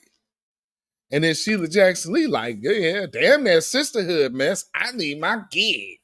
I want this, and then I want that. Oh, I didn't get this, but shoot, I'm coming to get that. I mean, come on, man. You just gonna undercut this sister like that? Sheila Jackson Lee, a cold piece of work for that, ain't she? And I mean, that's why you can see a Sheila Jackson Lee behind the scenes like this. You little bitch ass motherfucker. Come over here and give your grandma a hug. Ah, that's my nigga.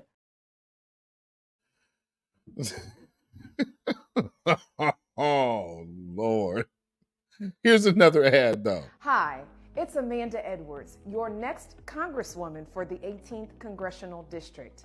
Many of you already know that I was born in the 18th Congressional District and raised there. In fact, I went to Eisenhower in the 18th Congressional District.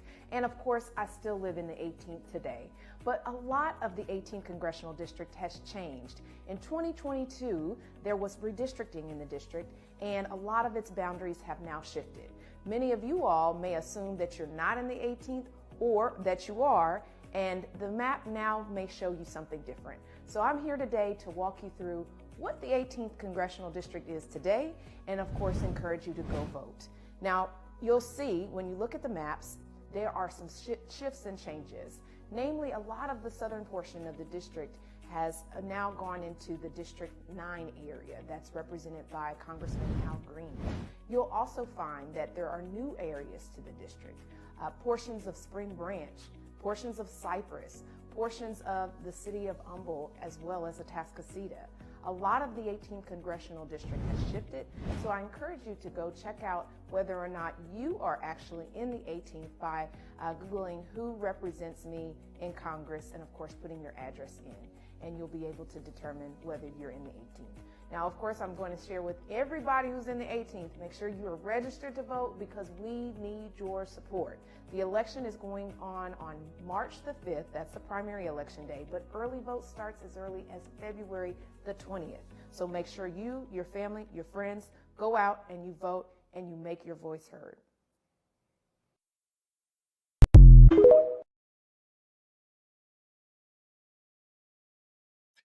Get some new blood in Houston. Telling you. Now, this article goes on to read, Jackson Lee, who did not respond to requests for an interview, has only drawn 4 primary challengers over her 14-term career. Wow. All of whom she defeated by landslide margins, winning 94% of the vote in 2002, 67% in 2010, 85% in 2018, and 77% in 2020. She's a household name here in Houston-based district known for her frequent visibility, constituents, graduations, funerals, and baby showers, whatever. But last year she ran for Houston mayor against then state senator John Whitmire. It was a bruising primary, unfamiliar territory for Jackson Lee, and her campaign was roiled with negative media after audio of her beating or berating her congressional staffers was leaked. She ended up losing the race by 30 points and then immediately announced that she was running for re-election to the U.S. House. Edwards, a former Jackson Lee intern, initially announced she was running for Houston mayor until the Congresswoman threw her hat in the ring. At that point, Edwards pivoted, endorsing Jackson Lee as mayor and beginning her own bid for Congress.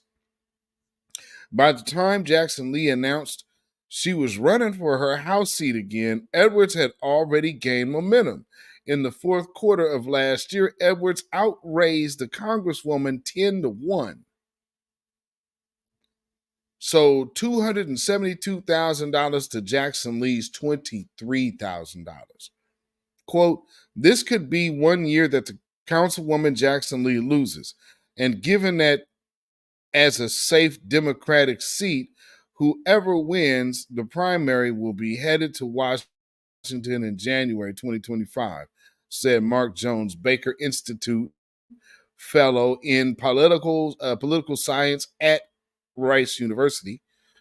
Jackson Lee now holds a narrow 5-point lead over Edwards of 43% to 38%, while 16% of voters remain undecided, according to the survey of likely Democratic Party or primary election voters by the Hobby School of Public Affairs at the University of Houston.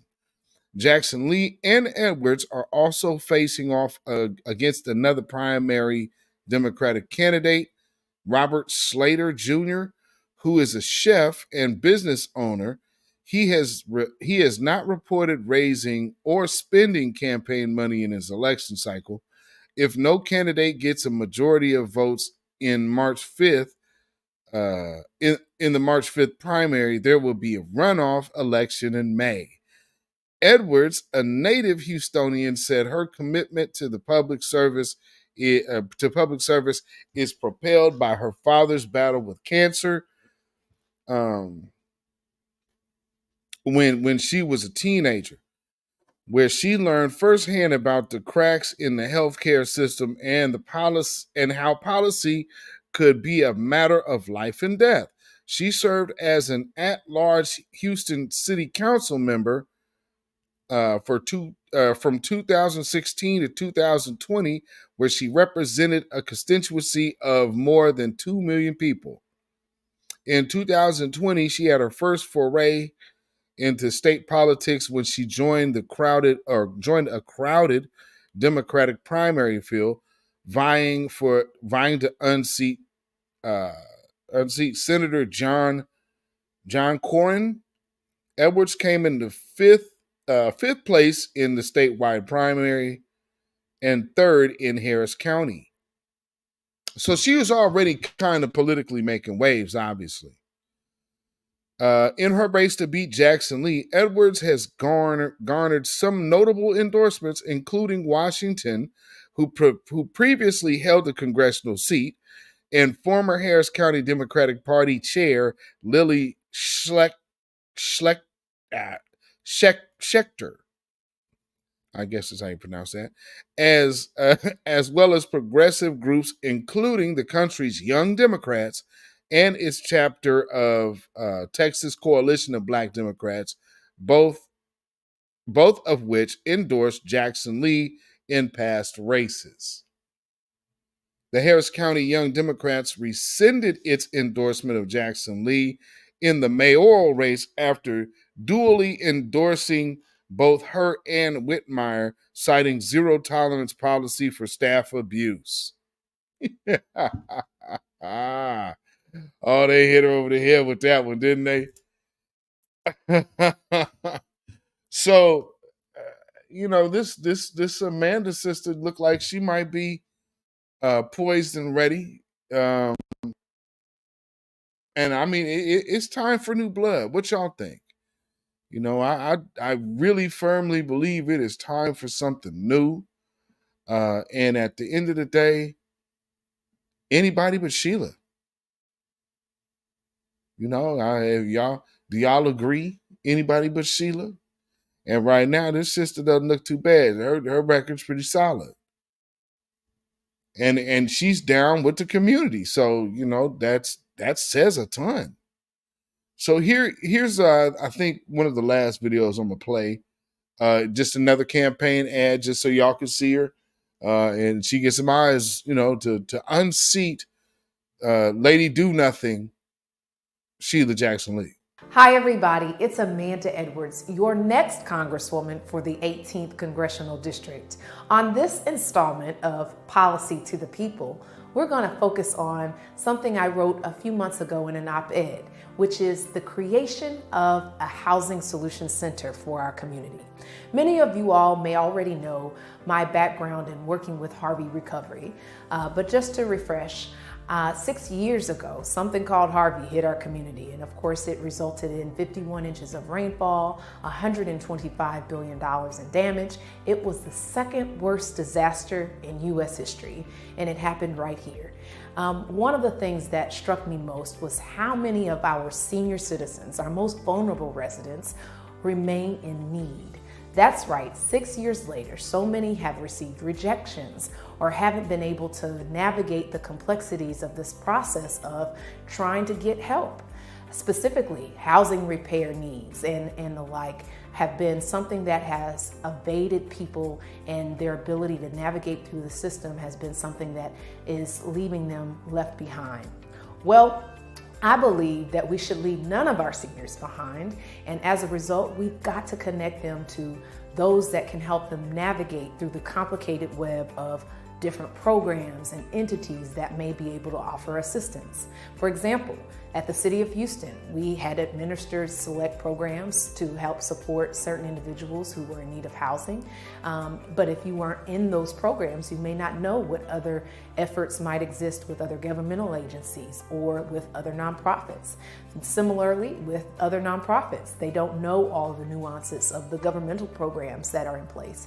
What that results in is that you have seniors who are in desperate need for help, but they're overwhelmed and unable to navigate through the complicated web of where they may find assistance. And often they end up falling through the cracks. That's got to stop. Under my watch as your next Congresswoman, it will.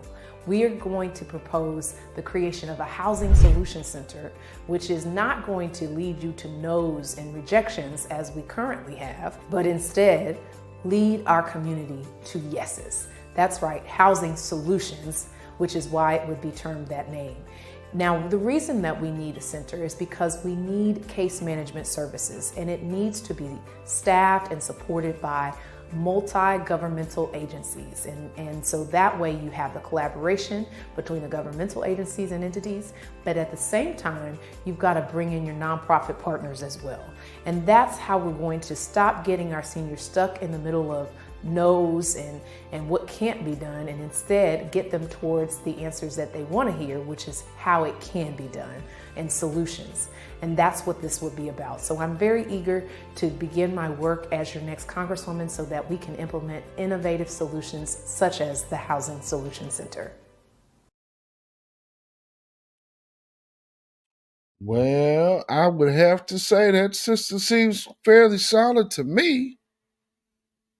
You know, and also, you know, with how she's coming, she's giving detailed breakdowns of what she plans to do. Not, we need to do this and we need to do that because this is what we've always been doing. No, she actually telling you why you're doing it. And I can dig her platform. And you know, she's not out here with the whole the same line. She's out here talking about something for the people. But to be fair,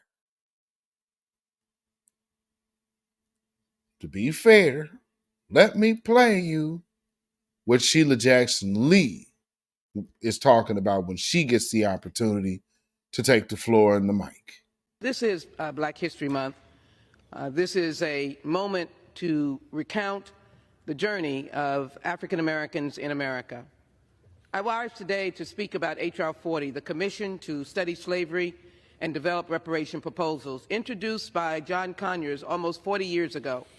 I was honored and privileged on his retirement for him giving to me the honor of carrying this legislation. For many in this body, one would wonder, why do we need to retrace that history of slavery?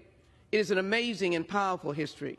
It is an amazing history of unselfishness, but at the same time, the dividing of families, the blocking of learning to read, the violence of the whole condition of slavery. Again, it is a time in America's history that we must review and understand. As a member of the United States Congress, I've introduced this legislation and look forward to its passage by executive order. At the same time, I want my colleagues to come join me to walk the Emancipation Trail, which I've introduced and it has passed in this House. And that is a trail that slaves took in 1865 after General Granger came and indicated the slaves west of the Mississippi were free. That trail has not yet been finalized, but Mr. Speaker, this will be a major part Thank you. The gentlelady's of time's America's expired. history. For what purpose Join me does the in gentlelady supporting from the Maine seek Emancipation Trail. recognition? So after H.R. 40 is dead, she has a new bill, the Emancipation Trail, which is more symbolism, not tangibles, but symbolism, symbolic. And that's what she's talking about.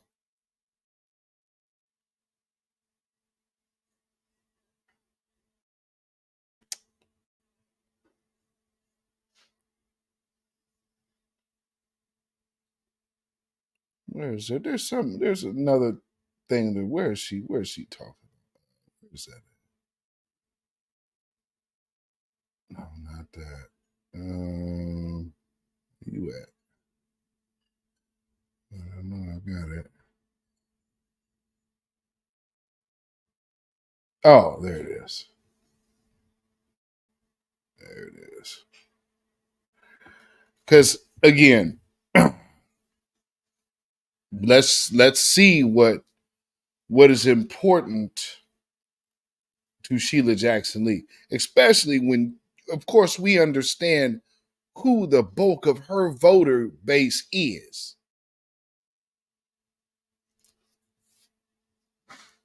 Let's just keep it a buck.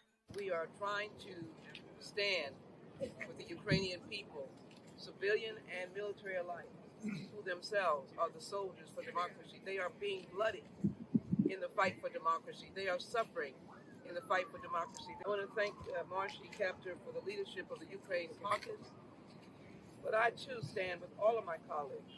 Do your job, Mr. Speaker. Call us back and let us vote on the $95 billion that will save lives. So I stand here today, and the only thing I could leave with my voice, hopefully being heard, even as far away as those soldiers on the front line in the bitter cold, that they're not alone. And that if we needed to come back any day, we'd come back and vote on the $95 billion already passed by the United States Senate to put life back in the hands of those frozen soldiers who are trying to save democracy.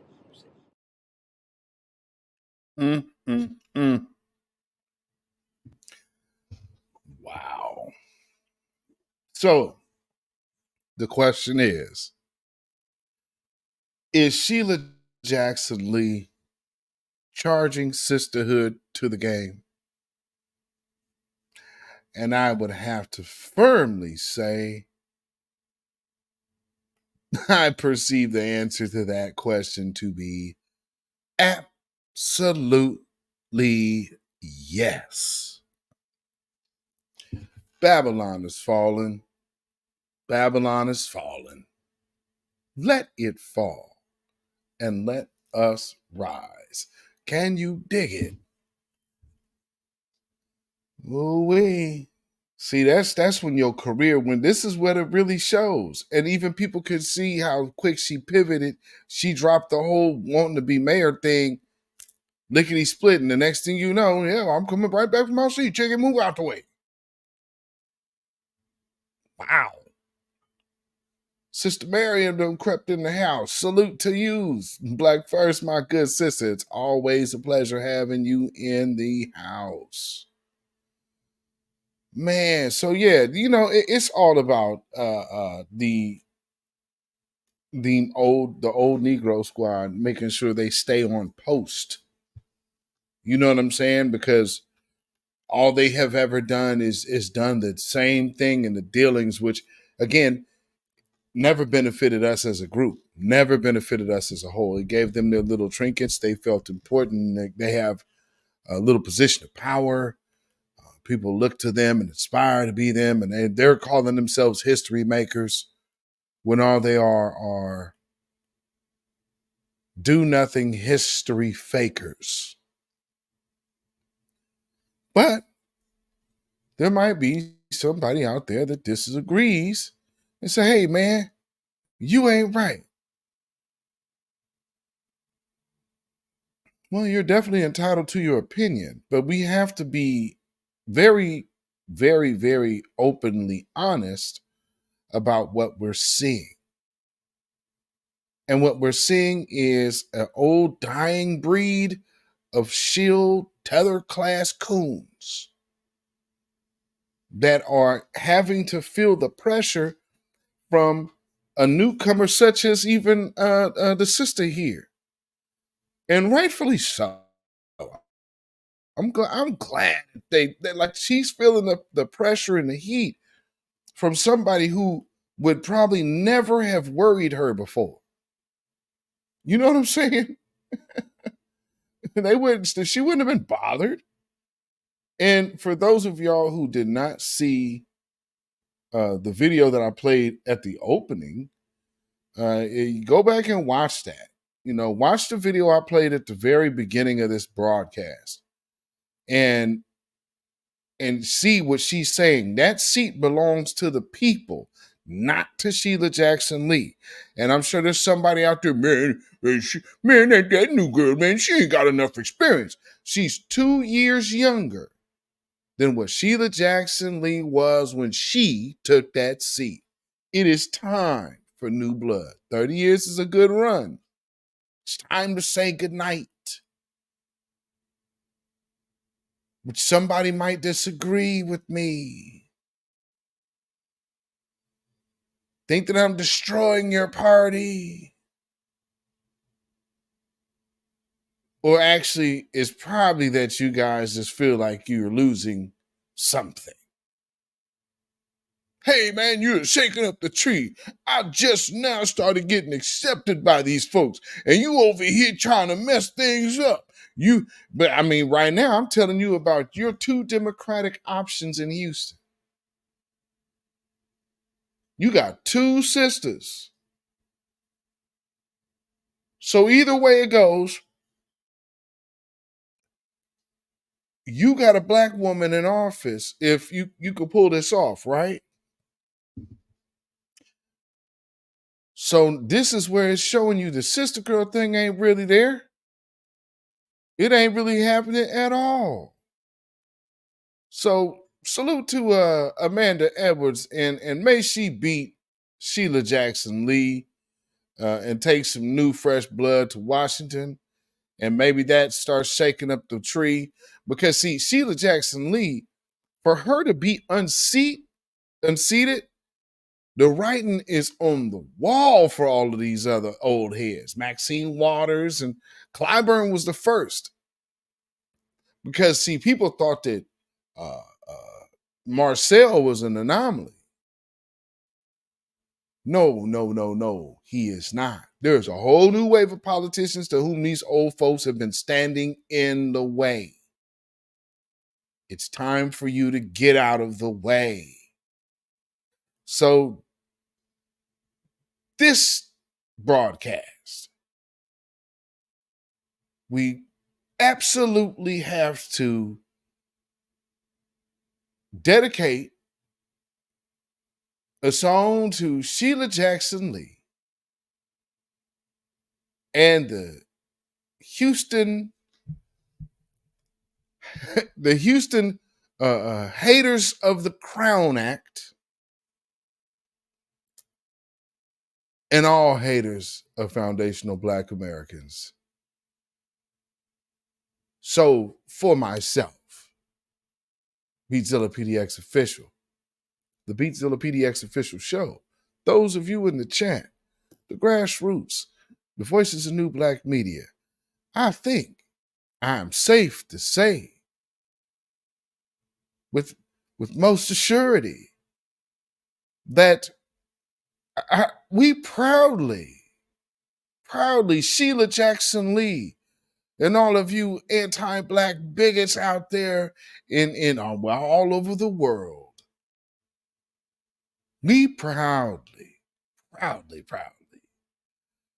dedicate this song to you. Get up off of that cocaine and get up off of that crack.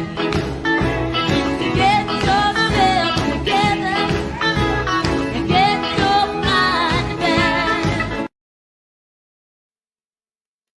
Yes, indeed, family. You can follow me on Instagram, Facebook, and Twitter at beatzillapdx.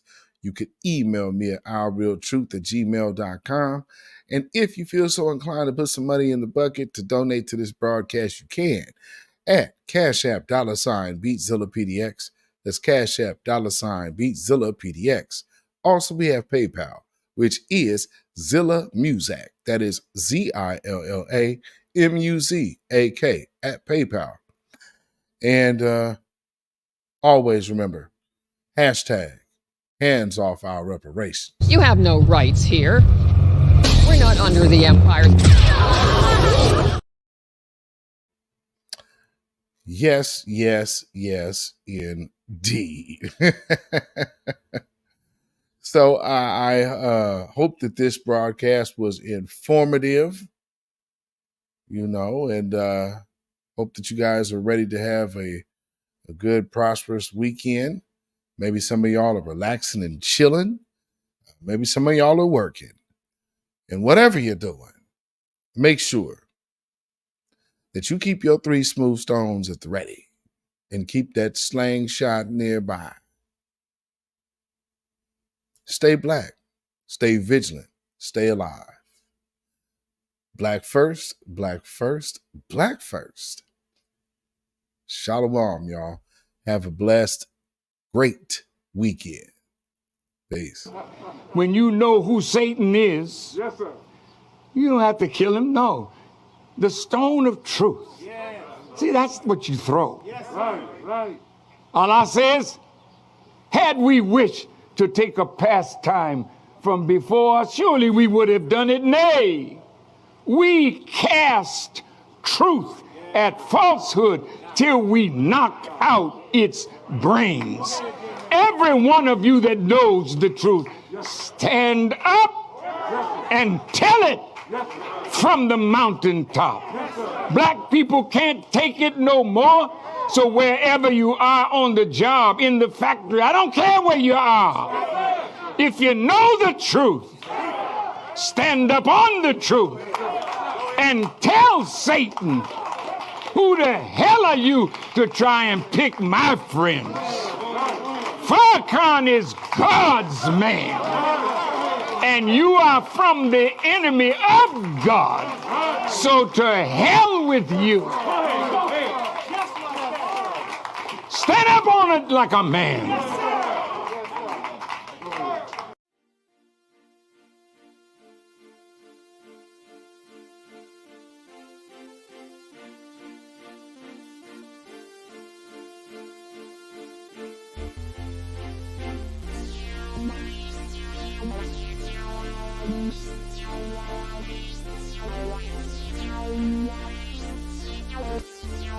Thank you.